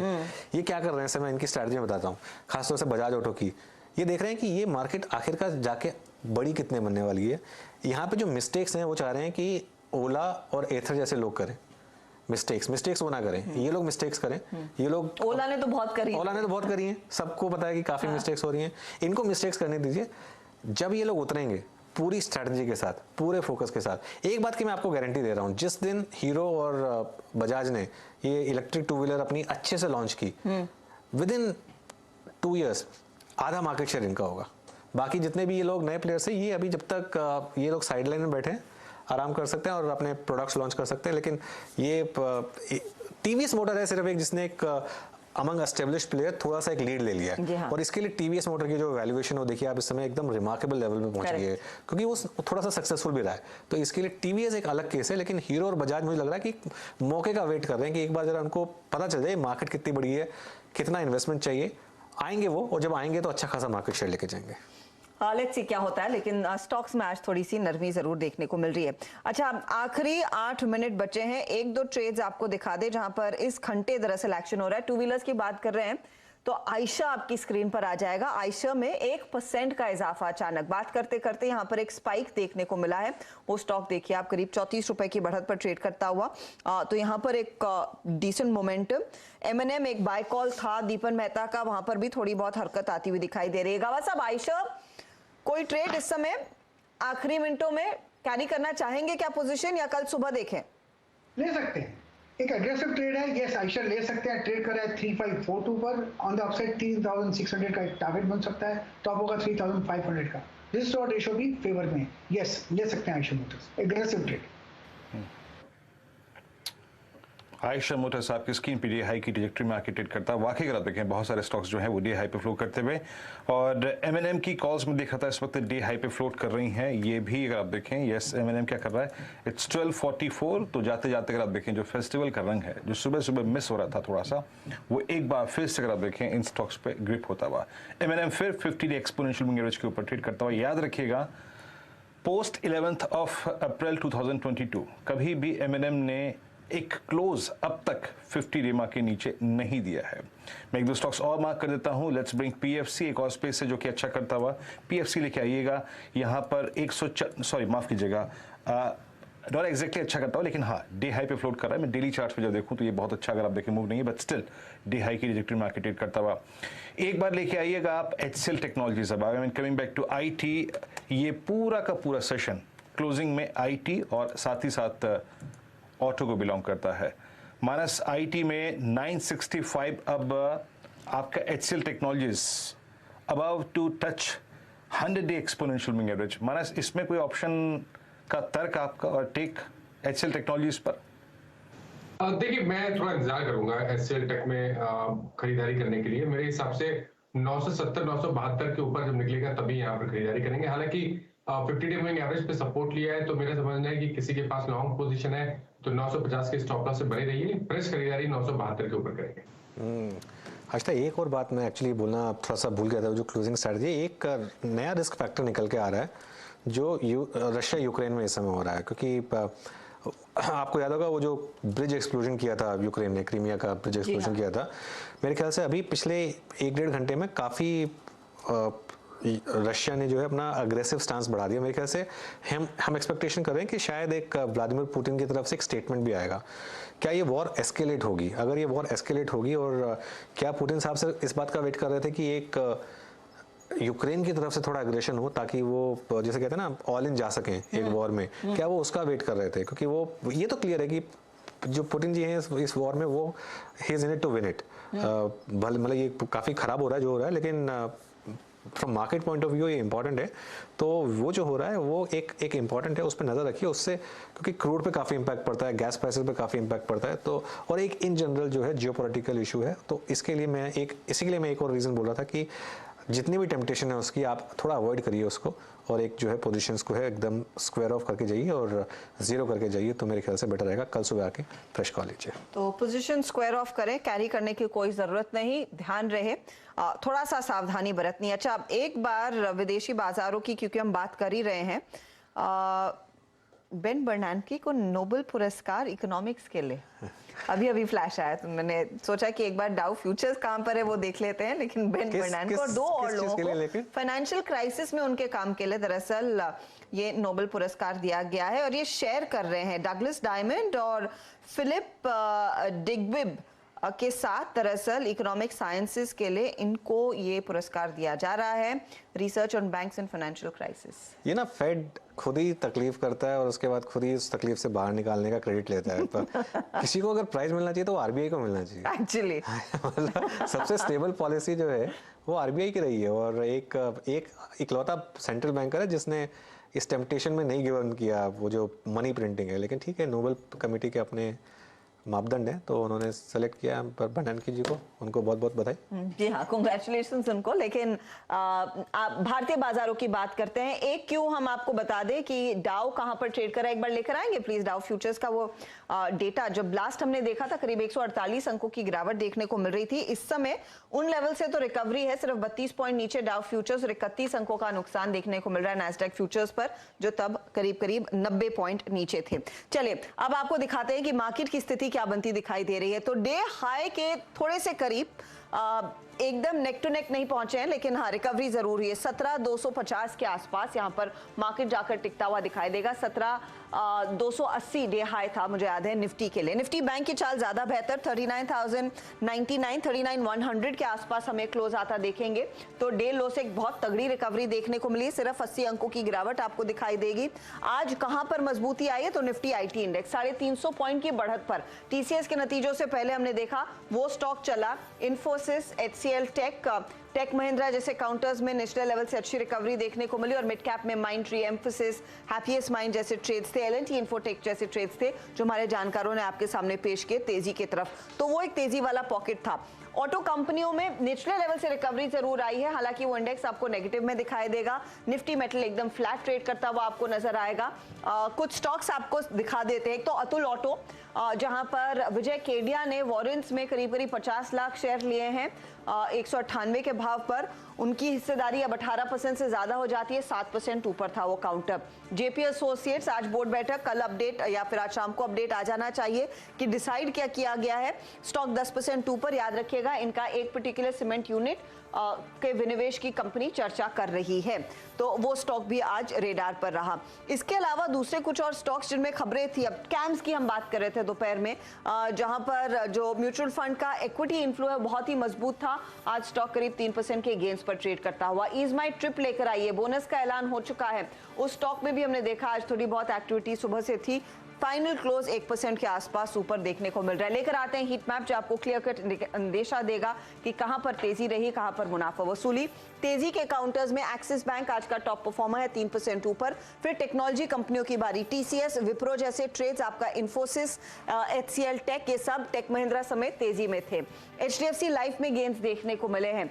जाते जाते ऑटो कंपनियों की रफ्तार बढ़ाने का काम आयशर ने किया, बजाज ऑटो ने किया, एमएनएम ने किया और मारुति आज का एक बहुत स्ट्रॉन्ग मूवर रहा है। वहां पर भी आप देखेंगे नेली 1% तक के गेंस देखने को मिले। अच्छा, बैंक लेकिन एसबीआई पॉजिटिव टेरिटरी में जाकर टिका है। कमजोर क्या था आज क्लोजिंग पर, जो 17,252 पर हम देख रहे हैं प्रोविजनल क्लोज आ रहा है। Tata Motors, Tata consumer, hero MotoCorp जैसे ट्रेड्स, एशियन पेंट जैसे ट्रेड्स में मुनाफा वसूली हावी होती हुई दिखाई दी। आईटीसी भी दबाव में था आज के दिन। तो कुछ एफएमसीजी काउंटर्स में हमने देखा है हल्की हल्की प्रॉफिट बुकिंग देखने को मिली है। नेस्ले देखिए, एचयूएल देखिए, टाइटन देखिए, ये कंजम्पशन थीम वाले काउंटर्स में हमने देखा थोड़ा सा करेक्शन जरूर आया है। रिलायंस इंडस्ट्रीज भी आज थोड़े से सॉफ्टर साइड पर था, 1% नीचे। यह है बाजार की पूरी तस्वीर। 17,252 पर फाइनल क्लोज आता हुआ करीब 62 अंकों की गिरावट। डे लो से कंपेयर करेंगे तो बहुत ही बढ़िया चाल है और साथ ही साथ निफ्टी बैंक तो 39,100 के ऊपर टिकने में कामयाब। चलिए लेकर आते हैं सीधा सौदा का अपडेट, जहां पर आज का मुकाबला आशीष और नीरज के बीच था। तो आशीष ने दोनों तेजी मंदी के सौदे रखे। मंदी में एसएच केलकर, बंधन बैंक, टाटा मोटर्स जैसे स्टॉक्स थे जहां पर प्रेशर देखने को मिला। तेजी की तरफ आईडीबीआई बैंक 9% ऊपर वो काउंटर नजर आया। नीरज ने मंदी वाले ट्रेड्स पर ध्यान दिया। रेडिंगटन, यूएसएल, स्पाइसजेट और एचपीसीएल, ये वो स्टॉक्स है जहां पर हमने देखा करेक्शन देखने को मिला है। तो ये फिलहाल वो काउंटर्स जिनमें सबसे ज्यादा एक्टिविटी आज सीधा सौदा में भी देखने को मिली। तो ये है मार्केट का हाल। कुल मिलाकर डेज लो से बहुत बढ़िया रिकवरी। बीरू, जैसे कहते हैं ना, ऑल्स वेल दैट एंड्स वेल, और ठीक वही हुआ है। जी हाँ, और इसमें भी योगदान उसका सबसे ज्यादा रहा जो अब तक सबसे दर्द में ज्यादा रहा, और वो था आईटी। कल है मंगलवार, उम्मीदें रखिए 1000 होंगी शायद पार। एक बार फिर से 17,300 की trajectory. Let's hope for the best. रात को रहेगी डाउ पर नजर। नमस्कार।